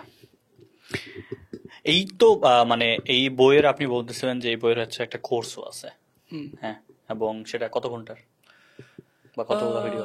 8 আওয়ার্স টোটাল। ওকে, 8 আওয়ার্সের নির্যাসটা এই বইয়ের মধ্যে দেওয়া। সো এইখানে দেখলাম আমি হচ্ছে এই যে আপনি, আমার একটা জাস্ট ইয়া থাকে, আমি আমার টিচারকে, আমি আমি যাদেরকেই ইয়ে করি, আমার জাস্ট একটা রিকোয়েস্ট থাকে যে ভাই কোকা কোলা, টেসলা, অ্যামাজন, এগুলো সবার গল্প আমরা অনেকবার করে জানি। আমার মনে, মানে আই মাইট বি রং, আমার মনে হয় কি বাংলাদেশি কোনো ব্র্যান্ড নিয়ে যদি কোনো কেস স্টাডি করা যেত বা কোনো স্টোরি দেখা যাইতো, আমার মনে হয় আরো বেশি মানুষ কানেক্ট হতে পারতো কিনা, আপনার মনে হয়? অবভিয়াসলি কানেক্ট হতে পারতো, বাট এখানে ওই যে একটা পয়েন্ট আছে, কেন ইন্টারন্যাশনাল রাখা হয়, তার কারণ ইন্টারন্যাশনাল স্টোরিগুলো মানুষ জানে বেশি, আর যা সবাই জানে বেশি তার সাথে রিলেট করানো সহজ। সো যেহেতু স্টোরি টেলিং এর বই এবং সবাই চায় আসলে আমার অডিয়েন্সকে আমি যা বুঝাতে চাচ্ছি সে যাতে সেই জিনিসটা বুঝতে পারে। আননোন একটা ব্র্যান্ডের নাম নিয়ে যখন জিনিসটা করা হইতো বা যেটা খুব বেশি ওয়েল নোন না, তখন আসলে ওই মানুষ আবার রিলেট করতে পারতো না যে কি হচ্ছে বিষয়টা, কোন কোম্পানির নাম বলতেছে, এদের স্লোগান কি।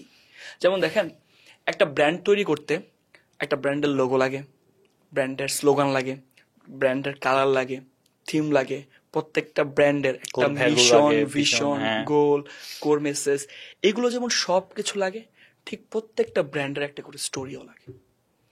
এখন আমরা ব্র্যান্ডের জন্য চিন্তা করি একটা লোগো বানাবো হচ্ছে $20, $100, $200, লোগো অনেক বেশি গর্জিয়াস হতে হবে। স্লোগান আমরা 10 বার কাটি, যে স্লোগান না, এই স্লোগান না, এভাবে, এটা এটা না এটা। কিন্তু আমরা আসলে ব্র্যান্ডটা কেন তৈরি করলাম, কাদের কথা চিন্তা করে করলাম, আমার মাথায় কেন আসলো? আমি তো নিশ্চয়ই একটা কাজ শুরু করার পিছনে আমার একটা মোটিভেশন ছিল, ওই মোটিভেশনটা কি? এই জিনিসটা যখন আমরা করব তখন আমরা অনেক বেশি ভালো করব। যেমন আমি যদি অ্যাপেলের একটা উদাহরণে আসি, এই হয়তো বা স্টোরিটা আমরা অনেক বেশি শুনছি, যার কারণে স্টোরিটা আমি বলা যাতে রিলেট করতে পারে। সেটা হচ্ছে অ্যাপেল তো সবসময় নতুন নতুন ইনোভেশন এবং তাদের প্রোডাক্ট যাতে সর্বোচ্চ মানের কোয়ালিটি এনশিওর করে এই জায়গাটাতে কাজ করে। তো একবার অ্যাপেলের যে প্রতিষ্ঠাতা স্টিভ জবস, তার কাছে অ্যাপেলের একটা ডিজাইন নিয়ে আসে ফোনের, এবং সে বলে এই ফোনটাকে একটু স্লিম করতে হবে। তারপর কর্মী বলতেছে যে না, এটা আর স্লিম করা সম্ভব না। তখন সেই ফোনটা নিয়ে পানিতে মারছে। তারপর ভিতরে যে বাবলস হয় না, যখন বাবলস হচ্ছে তখন স্টিভ জবস বলতেছে যেহেতু বাবলস হচ্ছে তার মানে ভিতরে জায়গা আছে, এটাকে আরো স্লিম করতে হবে। এই স্টোরিটা কি মনে হয় কেন আসলে এত মানুষের কাছে জানানো হয়েছে? শুধুমাত্র এই কারণেই না, তার কারণ হচ্ছে এই স্টোরিটা যখন আমি আপনাকে বললাম, আপনি যখন আরেকজনকে বলবেন বা আপনি আমি যখন জানবো, তখন আমরা ভাববো ওকে, তার মানে অ্যাপেল আসলেই তাদের সর্বোচ্চ কোয়ালিটিটা এনশিওর করে। এটা অ্যাপেল যতই বলুক প্রতিষ্ঠিত হইতো না, যার কারণে এই স্টোরির মাধ্যমে যখন প্রতিষ্ঠিত করার ট্রাই করছে, আমাদের মনে এটা খুব সুন্দরভাবে আসছে। এবং এখন আমি আপনার উদাহরণও দিতেছি। নাইস। আমরা হচ্ছে শেষ করব, বাট আমি একটা আগের প্রশ্নে আসবো যে ভাই আপনি বললেন, ইভেন আমি একটা নীলকেও বলতে শুনেছি যে ফাউন্ডার বেসড বিজনেস বা ফাউন্ডার বেসড কোম্পানিগুলো এখন সামনে আসতেছে বা সামনে রান হবে। মোহাম্মদ স্যার একটু ফোনটা দিব আমাকে। রিসেন্টলি চালচিত্র হচ্ছে একটা, চালচিত্র না, হ্যাঁ, ইন্ডিয়ান একটা পডকাস্ট বা একটা কন্টেন্ট ক্রিয়েশন এজেন্সি আর কি, ওরা হচ্ছে আপনার একটা লঞ্চ করছে আর কি, রিসার্চ পেপার।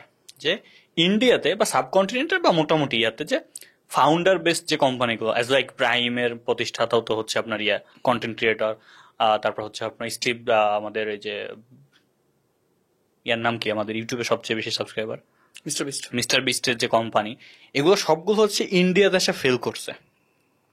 ম্যাক্সিমাম ব্র্যান্ডই হচ্ছে আপনার ইন্ডিয়াতে এসে ফেল করতেছে। আমি আসলে খুঁজে পাইতেছি না, বাট একটা রিসার্চ পেপার দেখছিলাম ওদের যে ফাউন্ডার বেস যে বা কন্টেন্ট ক্রিয়েটারদের বিজনেস, আমি বাংলাদেশেও আপনি নাম না বললেও ইমাজিন করতে পারবেন যে কে কে কি কি প্রোডাক্ট নিয়ে আসছে, মার্কেট থেকে উঠে গেছে। এই ব্যাপারটা আসলে কেন ঘটছে ভাই এখনো, যে কন্টেন্ট ক্রিয়েটারদের বিজনেস দাঁড়াচ্ছে না?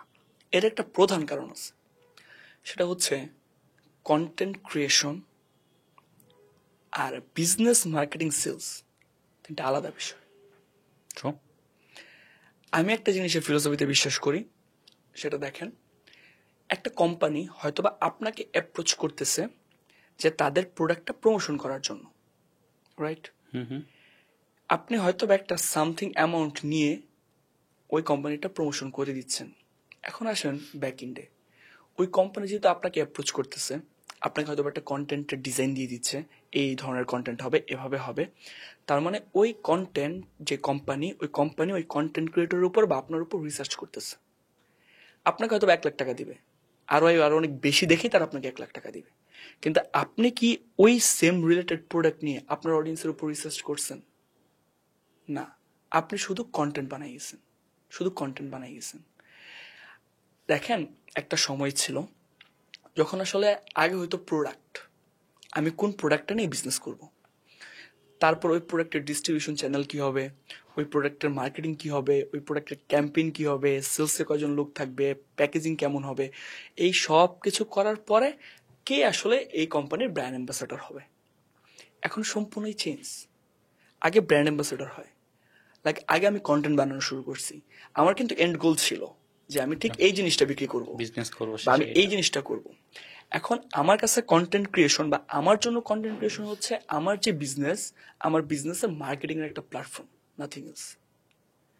আমি as a businessman content creation করি, আর যারা as a content creator business করে তাদের তো মার্কেট থেকে বিজনেস নিয়ে গুটিয়ে চলে যাওয়াটাই মানে সম্ভব বিষয় না। খুবই সুন্দর করে বুঝিয়েছেন এবং আমার মাথায় পুরো ক্লিয়ার আর কি ব্যাপারটা। কারণ আমি এমন কন্টেন্ট দিচ্ছি যেই কন্টেন্ট আমার বিজনেসে পুশ করতে হেল্প করতেছে, আর অন দ্য আদার হ্যান্ড সে যা ইচ্ছে তাই দিতেছে।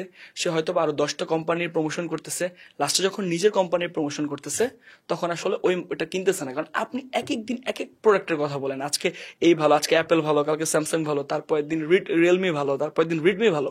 মানুষ আসলে আপনি কিভাবে বিশ্বাস করবে? কিন্তু আপনি যদি শুধু বলেই যান আইফোন ভালো, আইফোন ভালো, আইফোন ভালো, আইফোন ভালো, মানুষ তখন ঠিকই আছে, সে আইফোনের কথাই বলতেছে। এটাও কিন্তু পার্সোনাল ব্র্যান্ডিং এর জন্য একটা বিশাল গুরুত্বপূর্ণ বিষয়, যে আপনি ঠিক কিসের উপর নিজেকে প্রতিষ্ঠিত করতে চাচ্ছেন। ওই জিনিসটা পার্সোনাল ব্র্যান্ডিং আপনাকে ধরতে হবে, যে আমি ঠিক এই লাইনে কথা বলবো। যেমন পার্সোনাল ব্র্যান্ডিং এর 3টা পিলার আছে, আমার ক্ষেত্রে 3টা পিলার হচ্ছে আমি মার্কেটিং, সেলস আর ফাইন্যান্স, বা আমি যদি আরেকটু সংখ্যা পানি, বিজনেস, ইনভেস্টমেন্ট আর ফাইন্যান্স। এছাড়া আর কিচ্ছু নিয়ে আমি কথা বলবো না। পৃথিবীতে কি হচ্ছে, দেশে কি হচ্ছে, আমার বাসায় কি হচ্ছে, এই কোনো কিছু আমি আমার কন্টেন্টে আনবো না। আমি শুধুমাত্র 3টা বিষয় নিয়ে কথা বলে যাব। এবং আমি কিন্তু সাকসেসফুলি প্রায় 7 ইয়ার্স যাবত কন্টেন্ট ক্রিয়েশনের সাথে সংযুক্ত। এবং আমার যে কোচিং বিজনেস, আমার যে কোর্সের বিজনেস, কনসালটেন্সি বিজনেস, আমি 7 বছর ধরে সুন্দরভাবে রান করতেছি। এবং আমি দেখতেছি বাংলাদেশে যারা বিজনেস করার জন্য কন্টেন্ট ক্রিয়েশন করতেছে তাদের কারোর বিজনেস স্টপ করতে হচ্ছে না। এটা কিনা ফার্দি ভাই, সেদিন আমি অনেকের কাছ থেকে শুনেছি যে একটা টাইম পর কি টপিক হারায় যায়, যে এই টাকা, এই মার্কেটিং, এই সবকিছু, মানে আপনি ধরেন মাসে 2-3 বছর এটা নিয়ে কথা বলার পর কি নতুন টপিক পাওয়া যায় কিনা। এটা আপনাদের আমাদের ইন্ডাস্ট্রি এটা লিড ক্যারেক্টার, আমি নামই বলি। সেদিন ধরেন নীলের পডকাস্ট হইতেছিল আর কি, রাফায়েত ভাই আছে, ফারহান ভাই। একটা টাইম পর কি টপিক হারায় যায় কিনা, যে ওই টাকা, ওই মার্কেটিং, ওই ফাইন্যান্স, এই সবকিছুই জাস্ট ওই ব্যাপারের মধ্যে ইনভলভ। সেকেন্ড কোশ্চিন আরেকটা, যেটা আমি আগে বলছি, এক একজনের এক একটা হ্যাঁ, এক এক ধরনের পার্সপেক্টিভ perspective, থাকতেই পারে। obviously, হ্যাঁ, right. সেকেন্ড কোশ্চিন আরেকটা, সেদিন আমরা কথাবার্তা বলতেছিলাম ফারহান ভাইয়ের সাথে, যে ফারহান ভাইয়ের মার্কেটিং করা নিয়ে যে ভিডিওগুলো রিচ হওয়ার কথা ওগুলো বাদ দিয়ে, হ্যাঁ ওনার সবচেয়ে বেশি রিচ হওয়া ভিডিও ওই কিভাবে ফ্রিল্যান্সিং হবে এই সেই, বাট রিসেন্ট ডেসে ওনার ম্যাক্সিমাম ভালো ভিডিও রিচ পাওয়া হচ্ছে যে হয় World War II, World War I বা অ্যানিমেল ফার্ম, কিংবা হচ্ছে এডুকেশন সিস্টেম, এগুলো নিয়েই বলা। তো এগুলো নিয়ে বলার ক্ষেত্রে হয় কি, আপনি যখন এই আপনার 3টা গণ্ডি বা এই গণ্ডির বাইরে যখন ওগুলো নিয়ে বলা শুরু করবেন, মানুষের প্রতি মানুষের একটা প্যাসিভ রেসপেক্ট আপনার উপর আসা শুরু করবে। ওকে, এই অল ওভার অন্যও জানে, অল ওভার অন্যও ব্যাপারটা বুঝতে পারে, কিংবা ওকে এই এডুকেশন সিস্টেমের এই ফাঁকগুলো ধরতে পারছে। সো আপনার অডিয়েন্সটা আরেকটু বড় হয়ে আরেকটা কিছু অডিয়েন্সের প্যাসিভ রেসপেক্ট আপনার উপর আসা শুরু করে। আবার একটা ঝামেলা হইতেছে যে আপনি যদি আবার ঠিকঠাক কন্টেন্ট বানাতে না পারেন, আপনি মার্কেটে প্রো, আপনি মার্কেটিং এ একদম বস, হুট করে পলিটিক্সে গেলেন যেটা নিয়ে আপনার জ্ঞান একটু কম, জ্ঞান নেই, মানুষ আমার রোস্ট করবে, কিছু একটা বলে ফেললেন, ট্রল হবে। আপনার মার্কেটিংও গেল, আপনার ওই কন্টেন্টও গেল, দুটাই লস। তো দুই ধরনের ব্যাপারই আসলে এখানে আছে। ওকে, আমি সবার পয়েন্ট অফ ভিউ, সবার পার্সপেক্টিভকে রেসপেক্ট করি। সেটা হচ্ছে আসলে কন্টেন্ট আইডিয়া কখনো কমে না, যেটা কমে সেটা হচ্ছে ওই পার্টিকুলার টপিকের উপরে আমাদের ডোমেইন নলেজ। হতে পারে আমি 7 বছর আগে যা জানতাম অবভিয়াসলি এখন ইমপ্রুভ করছি। আগে হয়তো আমি লো টিকিট প্রোডাক্ট নিয়ে কাজ করতাম, তারপর মিড টিকিট, তারপর হাই টিকিট। তার মানে যখন আমি ওই লো থেকে হাইতে গেছি, আমাকে জানতে হয়েছে, শিখতে হয়েছে, আমার মাইন্ডসেট চেঞ্জ হয়েছে, অনেকের সাথে আমার নেটওয়ার্কিং হয়েছে। আজকে আপনার সাথে আমার কথা হচ্ছে, আপনার কাছ থেকে হয়তো আমি 2টার বিষয় নতুন জানতে পারবো। তো আমি আমার ডোমেন নলেজটাকে, ডোমেন নলেজ মিনস আমি যে পার্টিকুলার টপিকে কথা বলতে চাই, ইমপ্রুভ করতেছি। ওকে, তার মানে আপনি যদি কন্টিনিউয়াস ইমপ্রুভমেন্টের মধ্যে থাকেন, তাহলে আপনার কখনোই কিন্তু ভিডিও টপিকের অভাব হবে না। এখন প্রশ্ন হচ্ছে কিভাবে আমরা যে ওই একটা প্রথমে আমরা একটা ব্রড টপিক ধরি, আচ্ছা ঠিক আছে আমরা কিছু ন্যারো ডাউনে আসতেছি। কিছু ফ্রেমওয়ার্ক জানা থাকলে টপিক আপনার যেটাই হোক, ঘুরায় ফিরে আপনি আপনার পয়েন্টে আসতে পারবেন। আমি রিসেন্টলি একটা কথা বলি, বাংলাদেশের শিক্ষা ব্যবস্থা নিয়ে আমার ভিডিও সবার আগে আপলোড হয়েছে। শিক্ষা ব্যবস্থার ভয়াবহতা, অলরেডি ইউটিউবে প্রায় 7 লাখের মতো ভিউজ আছে সেটাতে। 18 মিনিটের ভিডিও। শুরুটা ছিল শিক্ষা ব্যবস্থার ইতিহাস, কেন আমরা এই গোলামের মধ্য দিয়ে যাচ্ছি, বাংলাদেশের শিক্ষা ব্যবস্থার কি অবস্থা, ভয়াবহতা। ঠিক আছে, শিক্ষা ব্যবস্থা নিয়ে তো এখন তাহলে শিক্ষা ব্যবস্থা থেকে যদি আপনি বাঁচতে চান, এই রেড রেস থেকে যদি আপনি ঘুরে দাঁড়াইতে চান, তাহলে আপনার কি করতে হবে? বিজনেস। বিজনেস করতে গেলে এই জানতে হয়, এভাবে এভাবে জানতে হয়, এই হচ্ছে ফ্রেমওয়ার্ক। পরবর্তী ভিডিওতে আমি বিজনেস রিলেটেড ইন ডিটেলস আলোচনা করব। পয়েন্ট ছিল শিক্ষা ব্যবস্থা, নিয়ে আসছে 18 মিনিট আমি ঠিকই আমার জায়গায় নিয়ে এসেছি, আপনাকে বিজনেস করতে হবে। অন দ্য আদার হ্যান্ড আমরা যে কাজটা করি, আজকে বলি আপনাকে বিজনেস করতে হবে, বিজনেস করার কারণ হচ্ছে এই, কালকে আপনি বিজনেস শুরু করবেন, কিভাবে শুরু করবেন, এই। এটা আমাদের, আমরা যদি এইভাবে কন্টিনিউসলি শুরু করতে যাই, বিজনেস করবেন, এভাবে করবেন, সেভাবে করবেন, আমাদের আলটিমেটলি তো কন্টেন্ট টপিক শেষ হবে। আমি একটা ভিডিও বানিয়েছি ফাইন্যান্সিয়াল ফ্রিডম, যে হোয়াট ইজ ফাইন্যান্সিয়াল ফ্রিডম, কেন অর্জন করা, এবং এই ভিডিওটা বানানোর জন্য আমি যে আসলে ফাইন্যান্সিয়ালি ফিট এটা বুঝাইতে আমার ইন্টারন্যাশনাল ট্যুর দিতে হয়েছে, ওইখানে যে আমার অ্যাড মেক করতে হয়েছে। তো ওইখানে যে আমি অ্যাড তৈরি করি, মালদ্বীপ ছিল, হ্যাঁ মালদ্বীপ ছিল, ওইটা মালদ্বীপ গিয়েছিলাম আমি অ্যাডটা তৈরি করার জন্য, এবং এই স্টোরি টেলিং ফর ব্র্যান্ডিং এর একটা কোর্সের অ্যাড। তো এই যে এই অ্যাডটা আমি বানালাম, ফাইন্যান্সিয়াল ফ্রিডম, আস্তে আস্তে financial freedom, time freedom, location freedom সব বোঝানোর পর, মালদ্বীপের একটু সুন্দর পরিবেশ দেখানোর পর, ঠিক আছে এই ফাইন্যান্সিয়াল ফ্রিডমটা আপনি তখনই অর্জন করতে পারবেন যখন আপনার ডিজিটাল প্রোডাক্টের বা ডিজিটাল কোনো বিজনেস থাকবে। আমি কিন্তু ঘুরে ফিরে কিন্তু আমার লাইনে আসছি। তো এখন আপনার শুরু করেন আপনি যে কোনোটা দিয়ে, রিলেটেবল থাকলে। জাস্ট আপনাকে এই জিনিসটা জানতে হবে যে আমি ওই টপিকে, যেমন আজকের এই পডকাস্টে আমি যা যা বলতে চাই আমি এটা আগে আমার ব্রেইনে নিয়ে আসছি। আপনি নিয়ে যান ট্রাভেলে, আপনি এখন আননোন একটা টপিকের কথা বলেন, দেখবেন আমি ওই টপিক থেকে আস্তে আস্তে আস্তে আস্তে আবার আমি আমার এই টপিকে চলে আসছি। এই ক্রিয়েটিভিটিটা, এই ফ্রেমওয়ার্কটা আপনার থাকতে হবে, যে প্রসঙ্গ যাই হোক আমি ঘুরে ফিরে আমার ওই জিনিসটাতে যাব। এবং টু বি অনেস্ট, আমার যা যা ডেলিভারি করার কথা ছিল আপনি আপনার প্রশ্ন মতো করছেন, আমি ঘুরে আমার ওই ডেলিভারি ঠিকই দিছি, যে আমি ঠিক এইগুলা বলবো। হ্যাঁ, আমাদের পডকাস্ট একদম শেষের পথে। সেটা হচ্ছে স্টোরি টেলিং ফর ব্র্যান্ডিং। আমি 96 মেবি, এক সেকেন্ড, হ্যাঁ আমি 97 পৃষ্ঠা পর্যন্ত পড়ে ফেলেছি। আমার কাছে সবচেয়ে যে ব্যাপারটা ভালো লেগেছে সেটা হচ্ছে স্টোরি টেলিং ফ্রেমওয়ার্ক। এগুলো যদি ধরে ধরে কাজ করার আগানো যায়, প্রথম দিকে একটু প্যারা খাবে, আই গেস বিগিনাররা প্যারা খাবে না, বিগিনার যারা তারা আরো অনেক কিছু জানতে পারবে। যারা একটু কিছু শুরু করেছে, মিড স্টেজেই আছে, তারা যখন শুরু করতে প্রথমে একটু প্যারা খাবে। But I am telling you যে স্টোরি টেলিং ফ্রেমওয়ার্কে যখন আপনি আসবেন তখন বুঝতে পারবেন যে আসলে একটা স্টোরি কিভাবে দাঁড় করাতে হয়, হুক কিভাবে, ইমোশন কিভাবে অ্যাটাচ করতে হয়। শর্টের জন্য একটা স্টোরি টেলিং ফ্রেমওয়ার্ক অলরেডি এখানেই শেখাই, যেটা বইয়ের মধ্যে বলা আছে। কারণ যেহেতু পডকাস্ট দেখতেছে, যতটুকু বেশি লার্নিং তারা পেতে পারে। একটা গল্পের মাধ্যমে শুরু করি, যেহেতু স্টোরি টেলিং এর উপর আমার সবকিছু বুঝাইতে হবে স্টোরি টেলিং এর থ্রুতে। Okay good. সেটা হচ্ছে আমার লাইফের কন্টেন্ট ক্রিয়েশনের বেস্ট পার্ট এবং লাইফ চেঞ্জিং ভিডিও ছিল আমার লাস্ট আপলোড করা ভিডিওটা। ওই ভিডিওটা যখন আমি বানানো শুরু করি, বানানোর আগে যখন আমি স্ক্রিপ্ট রাইটিং করতেছি, আমি অনেকবার চিন্তা করছি এই ভিডিওটা কি আমার আপলোড করা উচিত হবে না হবে না। আমার টিমের সাথে কয়েকবার বসতে হয়েছে, ভিডিও রেকর্ড শেষ, এডিটিংয়ের জন্য 3 দিন সময়। তখনও ভাবতেছি যে এইটা হয়তো বা একটা কন্ট্রোভার্সিয়াল টপিক হয়ে যেতে পারে আমার ক্যাটাগরি বা আমার ফিল্ডে। আমি তাহলে আসলে ভিডিওটাকে আপলোড দিব না। অনেক জল্পনা কল্পনা নিয়ে একদিন সময় নিয়ে ভাবছি কি করা উচিত আমার। তারপর ভিডিওটা ভাই আপলোড দিলাম। সত্যিকার অর্থে আপলোড দিয়ে 2 দিন আর ইউটিউব ফেসবুক কোথাও যাইনি। 2 দিন পরে যখন আমি আমার ইউটিউব ফেসবুক ওপেন করি, আমার টোটাল ভিউজ 3 মিলিয়ন। এবং যে একটা ভিডিও 3 মিলিয়ন হিট করছে, ফেসবুক ইউটিউব অ্যালগোরিদমের থ্রুতে আমার অন্য ভিডিওগুলো পুশ পাওয়া শুরু করছে।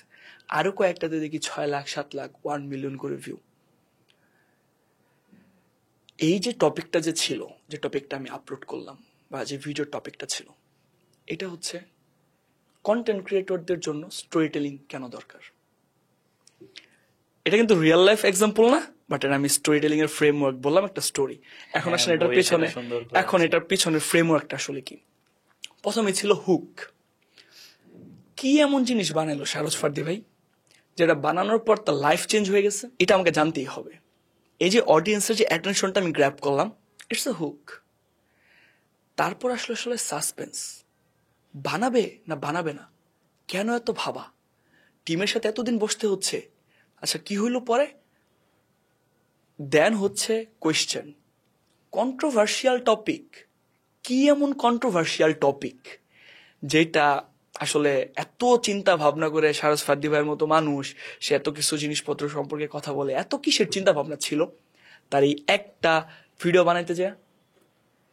দেন আসে হচ্ছে ইমোশন। আমি এমন একটা টপিকে ভিডিও বানালাম যেটাতে বানানোর পর আলটিমেটলি আমি আমার লাইফে যে সাকসেসটা চাচ্ছিলাম ওই সাকসেসটা অ্যাচিভ করছি। Audience emotionally connect. তার মানে যদি এটা আমরা কোনোভাবে করতে পারি, তাহলে হয়তো বা সেম লেভেলের ভিউজ, সেম লেভেলের অ্যাটেনশন সারাজ ফার্দি ভাইয়ের মতো আমিও পাবো। দেন আসে হচ্ছে আনসার। সেই টপিকটা ছিল স্টোরি টেলিং কিভাবে কন্টেন্ট ক্রিয়েটরদেরকে অনেক বেশি ভিউজ পেতে হেল্প করে। তো ফ্রেমওয়ার্কটা হচ্ছে হুক, সাসপেন্স, কোয়েশ্চেন, ইমোশন, এবং পার্ট 3-তে যে কোয়েশ্চেনটা করা হয়েছে সেটা আলটিমেটলি আনসার। অনেক শর্টে বোঝানোর চেষ্টা করলাম, বইয়ে অবভিয়াসলি বিস্তারিত আছে। আমরা আসলে বাংলাদেশে একটা বই অনেক বেশি ফেমাস, ডোনাল্ড মিলারের বিল্ডিং এ স্টোরি ব্যান্ড। এখানে একটা হিরোর জার্নি থাকে। আমরা সবাই কি করি, ওই একই স্টোরি টেলিং এর ফর্মুলা ইউজ করা ট্রাই করি। এবং একটা জিনিস দেখেন, যখনই আপনি একই জিনিসপত্র ইউজ করার ট্রাই করেন, ইটস আ কমন হয়ে যায়। একটা স্টোরি টেলিং এর মাধ্যমে উদাহরণ দিই। আপনি নতুন একটা গাড়ি কিনছেন, গাড়ি কিনে আপনার সিলেট তো যেতে ভালো লাগে, সিলেটের উদ্দেশ্যে রওনা দিচ্ছেন চা বাগানের মাঝখান দিয়ে। অনেকক্ষণ ধরে যাচ্ছেন, চারিপাশে সবুজ চা বাগান। হঠাৎ করে আপনি দেখলেন একটা অংশে গোলাপি কালার চা বাগান। কি ব্যাপার? আপনার অ্যাটেনশন গ্র্যাব হলো। আপনি এখন নামবেন, নেমে দেখবেন এখানে কি হয়েছে। তারপর আপনি ছবি তুলবেন, পারলে ফেসবুকে পোস্ট করবেন। এই যে আপনি কাজটা করলেন, যেতে যেতে আপনি ভিন্ন কিছু একটা দেখলেন, ভিন্ন কিছুতে আপনার অ্যাটেনশন গ্র্যাব হলো, ইটস এ ব্র্যান্ডিং। এখানে ওই গোলাপি বা এখানে লাল বা অন্য কালারের চা বাগানটার একটা ব্র্যান্ডিং হয়েছে। ঠিক এই ব্র্যান্ডিংটা আপনি তৈরি করতে পারবেন আপনার নিজস্ব কোনো ব্যবহার করা ফ্রেমওয়ার্কের স্টোরি টেলিং এর মাধ্যমে, যেটা আমি আপনাকে স্টোরি টেলিং এর মাধ্যমেই বুঝাইলাম। এখন প্রশ্ন হচ্ছে না যে এই স্টোরি টেলিং বইটা আসলে কাদের পড়া উচিত। এক কথায় প্রত্যেকটা মানুষের পড়া উচিত। এখন যদি ইন্ডিভিজুয়াল ভাবে আসতে চায়, যে সকল মানুষ অনলাইনে কন্টেন্ট তৈরি করছে, এবং এটার আমি রিয়েল লাইফ একটা এক্সাম্পল লাস্টে শেষ করবো যে আমি এটা ইউজ করে কি পরিমাণ বেনিফিটেড হয়েছি, যার কারণে আমার এই বইটার মোটিভেশন লেখা। তো যারা অনলাইনে অনেক টিচার আছে, যারা অনলাইনে যে জুমে ক্লাস করায়, লাইভ ক্লাস করায়, কিন্তু অডিয়েন্স ধরে রাখতে পারে না, তাদের জন্য এই বই উপকার হবে। অনেক ই কমার্স ব্যবসায়ী যারা শুধুমাত্র সেলস অ্যাড চালায়, যে আমার পণ্য সেরা, আমার পণ্য ফ্রি হোম ডেলিভারি, 1 টাকাও লাগবে না অগ্রিম, এই ধরনের কন্টেন্ট থেকে বের হয়ে আসা যারা স্টোরি টেলিং এর মাধ্যমে কন্টেন্ট তৈরি করবে, তাদের কিন্তু যখন একটা ভিডিওতে অনেক ভালো এঙ্গেজমেন্ট হয় তখন কিন্তু ওই যে ওই ভিডিওকে বুস্ট করার পেছনে ডলার খরচটা কমে যায়। তা আমাদের যে এই যে উদ্যোক্তাদের ডলার খরচ বাড়তেছে, আমরা যে কস্ট পার্সেস অনেক বেশি পেয়ে যাচ্ছি, এইটাই স্টোরি টেলিং অ্যাডের মাধ্যমে বা স্টোরি টেলিং ফর্মুলার মাধ্যমে যদি ইউজ করা হয় তাহলে অনেক কমে যাবে। তারপর ধরেন যারা কন্টেন্ট ক্রিয়েশন করে তারা কিভাবে তাদের ভিডিওতে মানুষকে এঙ্গেজ করবে এটার জন্য হেল্পফুল, বা যারা পাবলিক স্পিকিং করে, বা যারা চাচ্ছে হয়তো বা একটা ফ্রেন্ড সার্কেলের মধ্যে আমার কথা সবাই শুনুক, আমাকে সবাই একটু বেশি স্মার্ট ভাবুক, আমি যাতে সবাইকে খুব সুন্দরভাবে আমার কথার মাধ্যমে ইমপ্রেস করতে পারি। এনিওয়ান যাদের এই বিষয়গুলো প্রয়োজন আছে, যার কথা মানুষ শুনে না, আর যার মনে হয় অনলাইনে এসে কিছু একটা বলা উচিত, প্রত্যেকটা মানুষের এই বই পড়া উচিত। দুই লাইনে সুন্দর করে বুঝাই দিচ্ছেন। আমার একটা হচ্ছে আর্গুমেন্ট আছে প্রথম স্টোরিটার সাথে, যে আপনার হচ্ছে প্রথমে সাসপেন্স আর অ্যান্সার দুটো কি সেম, মানে এনাফ পরিমাণের ইয়া কিনা? ধরেন প্রথমে সাসপেন্স হচ্ছে 100, শেষের অ্যান্সারটা কি 100? এখন যখন আপনার রিয়েল লাইফ এক্সাম্পল থেকে আসবে জিনিসটা, হ্যাঁ। অবভিয়াসলি আমি কিন্তু আপনাকে একটা ব্যাপার হচ্ছে স্টোরি টেলিং এর সবচেয়ে মূল উপাদান অনেস্টি। ওকে, আমি কিন্তু যখন আপনাকে বলতেছিলাম বলে কিন্তু বলে দিচ্ছি এটা কিন্তু আমার রিয়েল লাইফ স্টোরি না, না না না, ইটস এ স্টোরি। আমি এমনি বললাম কারণ কি, ওইটাতেই বলতেছি হ্যাঁ ওকে, স্টোরি না, কারণ আমি চাইলাম অডিয়েন্সের কাছে যাতে আমি ক্লিয়ার হই। আপনি বুঝতে পারছেন, কিন্তু আমার অডিয়েন্স বুঝতে পারছে কি? এখন অডিয়েন্স যদি ওই কথাটা শুনে আমার ইউটিউবে যে ওই ভিডিওটা খুঁজে সার্চ করে তাহলে তো সে পাবে না। তো এই জন্য আপনি সাসপেন্স যেমন দিবেন, আপনার এন্ডিং যেমন হবে, অবভিয়াসলি সবকিছুর একটা ব্যালেন্স থাকতে হবে। এক্স্যাক্টলি। আপনি আকাশ কুসুম কিছু বলে ফেললেন কিন্তু পরের রেজাল্ট আসলে ওইটা না, তাহলে কিন্তু লাভ নাই। এই জন্য স্টোরি টেলিং এর মধ্যে অনেক ফ্রেমওয়ার্ক তো থাকবেই, কিন্তু উপাদান যেগুলো থাকে এর মধ্যে অনেস্টি ইজ দ্য বেস্ট। এটা পৃথিবীর সকল কাজে honesty is the best policy. এটার জন্য যারা অনলাইনে হাউ টু ভিডিও বানান, হাউ টু ফেসবুক মানে account open, how to learn freelancing, তাদেরকে রিকোয়েস্ট করব সাসপেন্সের সাথে অ্যান্সারটা মিল রাখবেন। ভিডিও দেখতে দেখতে শ্বাস শেষে গিয়ে যেমন এমন নয়। ফারহান ভাই কিছুদিন আগে একটা বই, একটা কন্টেন্ট রিভিউ করছে যে মোবাইলে কোনো কিছু না জেনে কিভাবে কন্টেন্ট ইয়া করবেন। শেষ পর্যন্ত যা দেখলো বলতেছে পরের ভিডিওতে বিস্তারিত আলোচনা করব। এখানে জাস্ট হচ্ছে আপনার মোবাইলে ইন্টারনেট আছে কিনা, আপনি মোবাইলে ঠিকঠাক আমাদেরকে সাবস্ক্রাইব করছেন কিনা।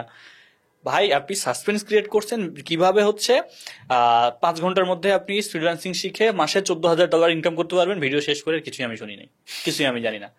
মানে এই সাসপেন্স আর এই অ্যান্সারটাকে রাখেন না, না তো 5-6টা ভিডিও দেখার পর অডিয়েন্স আর আপনাকে দেখবে না। সবচেয়ে বড় কথা, আমি রণবীরের ওই শোতে আসছিল, ওনার নাম ভুলে গেলাম, 2টা মানুষ আছে, 3টা মানুষ, একটা হচ্ছে দেশভাগ, একটা হচ্ছে ধুবরাঠি, আরেকজন একটা মানুষ আছে সম্ভবত নিখিল নাম, এই টাইপের একটা নাম হবে। ও একটা কথা বলতেছিল যে ভাই কোন কোম্পানি বা স্পন্সর আপনার ফলোয়ার দেখে আপনাকে ইয়ে করে না, স্পন্সর করে না। আপনার কথা আপনার অডিয়েন্স কতটা বিশ্বাস করে সেটার উপর আপনাকে। সো এমন না যে আপনি সাসপেন্স ক্রিয়েট করবেন, অ্যান্সারের সাথে মিল নাই, আপনার মিলিয়ন ভিউ হলো, আপনাকে মানুষ প্রোডাক্ট দিবে না। ওই ব্র্যান্ডটা, ধরেন ফারদিভার একটা ব্র্যান্ড আছে, ও ব্র্যান্ড যদি আমাকে স্পন্সর করতে চাই, ও দেখবে যে আমাকে স্পন্সর করার মাধ্যমে ওর ব্র্যান্ডের ভ্যালু যেন বাড়ে।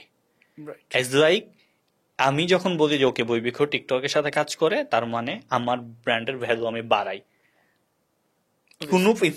কোনো কন্টেন্ট ক্রিয়েটার যদি তার ব্র্যান্ড ভ্যালু এমন হয় যে কোনো একটা কোম্পানির সাথে কাজ করতে গেল ওর ব্র্যান্ড ভ্যালু কমে গেল, ও কখনো কাজ করবে না। স্টোরি টেলিং হচ্ছে একটা খুবই পাওয়ারফুল ওয়েপন। এই বইটা যে পড়বে এটুক ইনশিওর সে মানুষকে তার কথার জাদুতে মুগ্ধ করে রাখতে পারবে।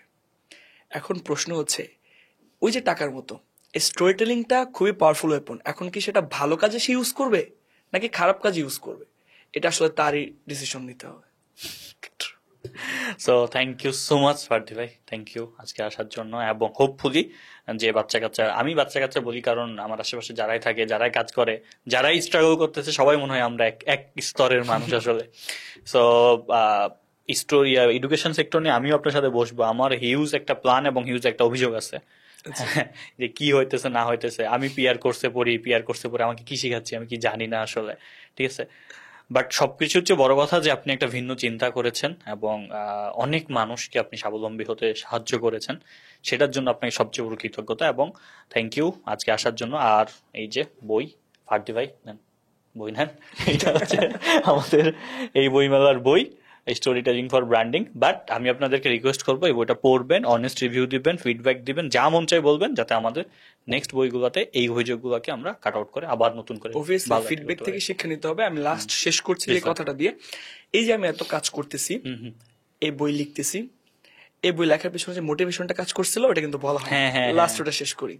সেটা হচ্ছে আমি নিজেও কন্টেন্ট নিয়ে স্ট্রাগল করতেছিলাম, আমার কন্টেন্টে ভিউজ হচ্ছিল না। তখন আমি ওই যে বললেন 2 সেন্ট পডকাস্টে পাবলিশ হওয়া যে ভিডিওগুলো, আমি একটা জিনিস লক্ষ্য করলাম, আপনি প্ল্যাটফর্মের একটা কথা বলছেন অডিয়েন্সের জন্য খুব ইম্পর্টেন্ট, দ্যাটস আমি লাস্টে অ্যাড করতেছি। সেটা হচ্ছে প্ল্যাটফর্ম আসলে এই কন্টেন্ট ওয়াইজ যে উনি ব্যক্তি ওয়াইজ এভাবে আসলে বুস্টটা করবে না। আমি একটা জিনিস লক্ষ্য করলাম যে আমার টপ 5 যে ভিডিওস বা টপ 5 যে রিলসগুলা অনেক বেশি ভিউজ হয়েছে, সেগুলো টিকটকেও সেম, ইউটিউবেও সেম, ফেসবুকেও সেম। মানে টপ 5 ভিডিও সবগুলো প্ল্যাটফর্মই সেম। এবং এর পরবর্তীতে যে ভিডিওগুলো, এগুলোর মধ্যে মোটামুটি কয়েক লাখের ডিফারেন্স। তো আমি চিন্তা করলাম তার মানে প্ল্যাটফর্মে কোনো সমস্যা না, সবগুলা প্ল্যাটফর্মে যেহেতু সেম টাইপের ভিডিও কি ভিউজ করতেছে, এখন তাহলে আমি আসলে অ্যানালাইসিস করি কেন এই ভিডিওগুলোতে ভিউজ হয়েছে অনেক বেশি। তারপর যখন আমি ওই জিনিসগুলো অ্যানালাইসিস করা শুরু করলাম, তখন আমি আসলে অবাক হইলাম যে আমি হয় বুঝে বা না বুঝে কোনো না কোনো ক্ষেত্রে স্টোরি টেলিং এর ইউজ করছি। দেন আমি আমার এর পরের পডকাস্টগুলোতে স্টোরি টেলিং এর ইউজ করা শুরু করলাম। 30 ডেইসের মধ্যে আমি ওভারঅল সব মিলে মোটামুটি বাংলাদেশের পার্সপেক্টিভে 25 মিলিয়ন প্লাস ভিউজ পাই। এবং এই যে আমার গ্রোথ, ইউটিউবে 30 ডেইসে আমার 1 লাখ সাবস্ক্রাইবার প্লাস ক্রস করা, টিকটকে 1 লাখ ক্রস করা, ফেসবুকে 1 লাখ ক্রস করা, এই যে ক্রস করলাম, যে ব্র্যান্ডটা আমি কয়েকদিনে বিল্ড করলাম, বা আপনারা আমাকে যেভাবে চিনছেন, এই সব কিছু আমি স্টোরি টেলিং এর মাধ্যমে পাইছি। এবং পরে আমার মনে হয়েছে এখন তাহলে মানুষকে এই জিনিসটা জানানো উচিত, যেহেতু আমার রিয়েল লাইফে জিনিসটা এটাকে help ইফেক্ট করেছে করছে, অনেক বেশি। রিয়েল লাইফে হেল্প হয়েছে। দেন আমি আমার এই সব কিছু এই বইয়ের মধ্যে দেওয়ার চেষ্টা করছি। নাইস, জার্নি থাকা ভালো, জার্নি না থাকলে আসলে ট্রাস্টও তৈরি হয় না, প্লাস হচ্ছে আপনার অডিয়েন্সও কানেক্ট করতে পারে না। কানেক্ট করতে পারবেন। এই যে এখন আসলে আমি যে জিনিসটা করলাম হ্যাঁ। এটাই বুঝালাম। এবং আপনি যখন শুরুতে বললেন যে আপনি আমাদের ওই লাইভ ওয়ার্কশপে আসছিলেন, আপনি দেখবেন অনেক মানুষ কিন্তু তাদের সম্পর্কে বলতেছিল যে সারস্বতী ভাইয়ের কোর্স করে আমার এ লাভ হয়েছে, ওনার সাথে আজকে দেখা করার জন্য আসছি, আমার এরকম একটা বিজনেস শুরু হয়েছে, একজন ট্রাভেল বিজনেস আমাদের সবার জন্য ডিসকাউন্ট দেওয়ার কথা বলতেছিল। তো আসলে এদের সাথে না আমার কোনোদিন দেখা হয় নাই, কোনোদিন কথা হয় নাই। আমি বলি স্টোরি টেলিং তো আপনি ইউজ করেন কন্টেন্টে, বাট দর্শকদের উদ্দেশ্যে কন্টেন্ট হচ্ছে এত পাওয়ারফুল একটা বিষয়। আমি কিন্তু ঢাকাতেও থাকি না, আমি ময়মনসিংহে আমার বাসার একটা রুমে স্টুডিও সেট আপ করে সেখান থেকে ভিডিও বানাই। ওই ভিডিওর মাধ্যমে আমি বাংলাদেশের হাজার হাজার মানুষের লাইফ চেঞ্জ করে দিতেছি। তার মানে এই কন্টেন্টটা কত পরিমাণ পাওয়ারফুল। এবং আমার স্টুডেন্ট সাকসেস, এই ভালো ভালো ফিডব্যাকগুলো আসলে আমার মোটিভেশন, যেই মোটিভেশন আমাকে কন্টেন্ট বানাইতে, আমাকে বিজনেস করতে ইন্সপায়ার করে। এবং এই প্রত্যেকটা মানুষের এই মোটিভেশনটা থাকা উচিত। এই হচ্ছে আমার শেষ বক্তব্য। থ্যাংক ইউ সো মাচ ভাইয়া, অ্যান্ড হোপফুলি যে আপনি আরো অনেক বেশি ইম্প্যাক্ট ফেলবেন আমাদের এই পচে যাওয়া শিক্ষা ব্যবস্থায়। ইনশাল্লাহ। Thank you so much, thank you.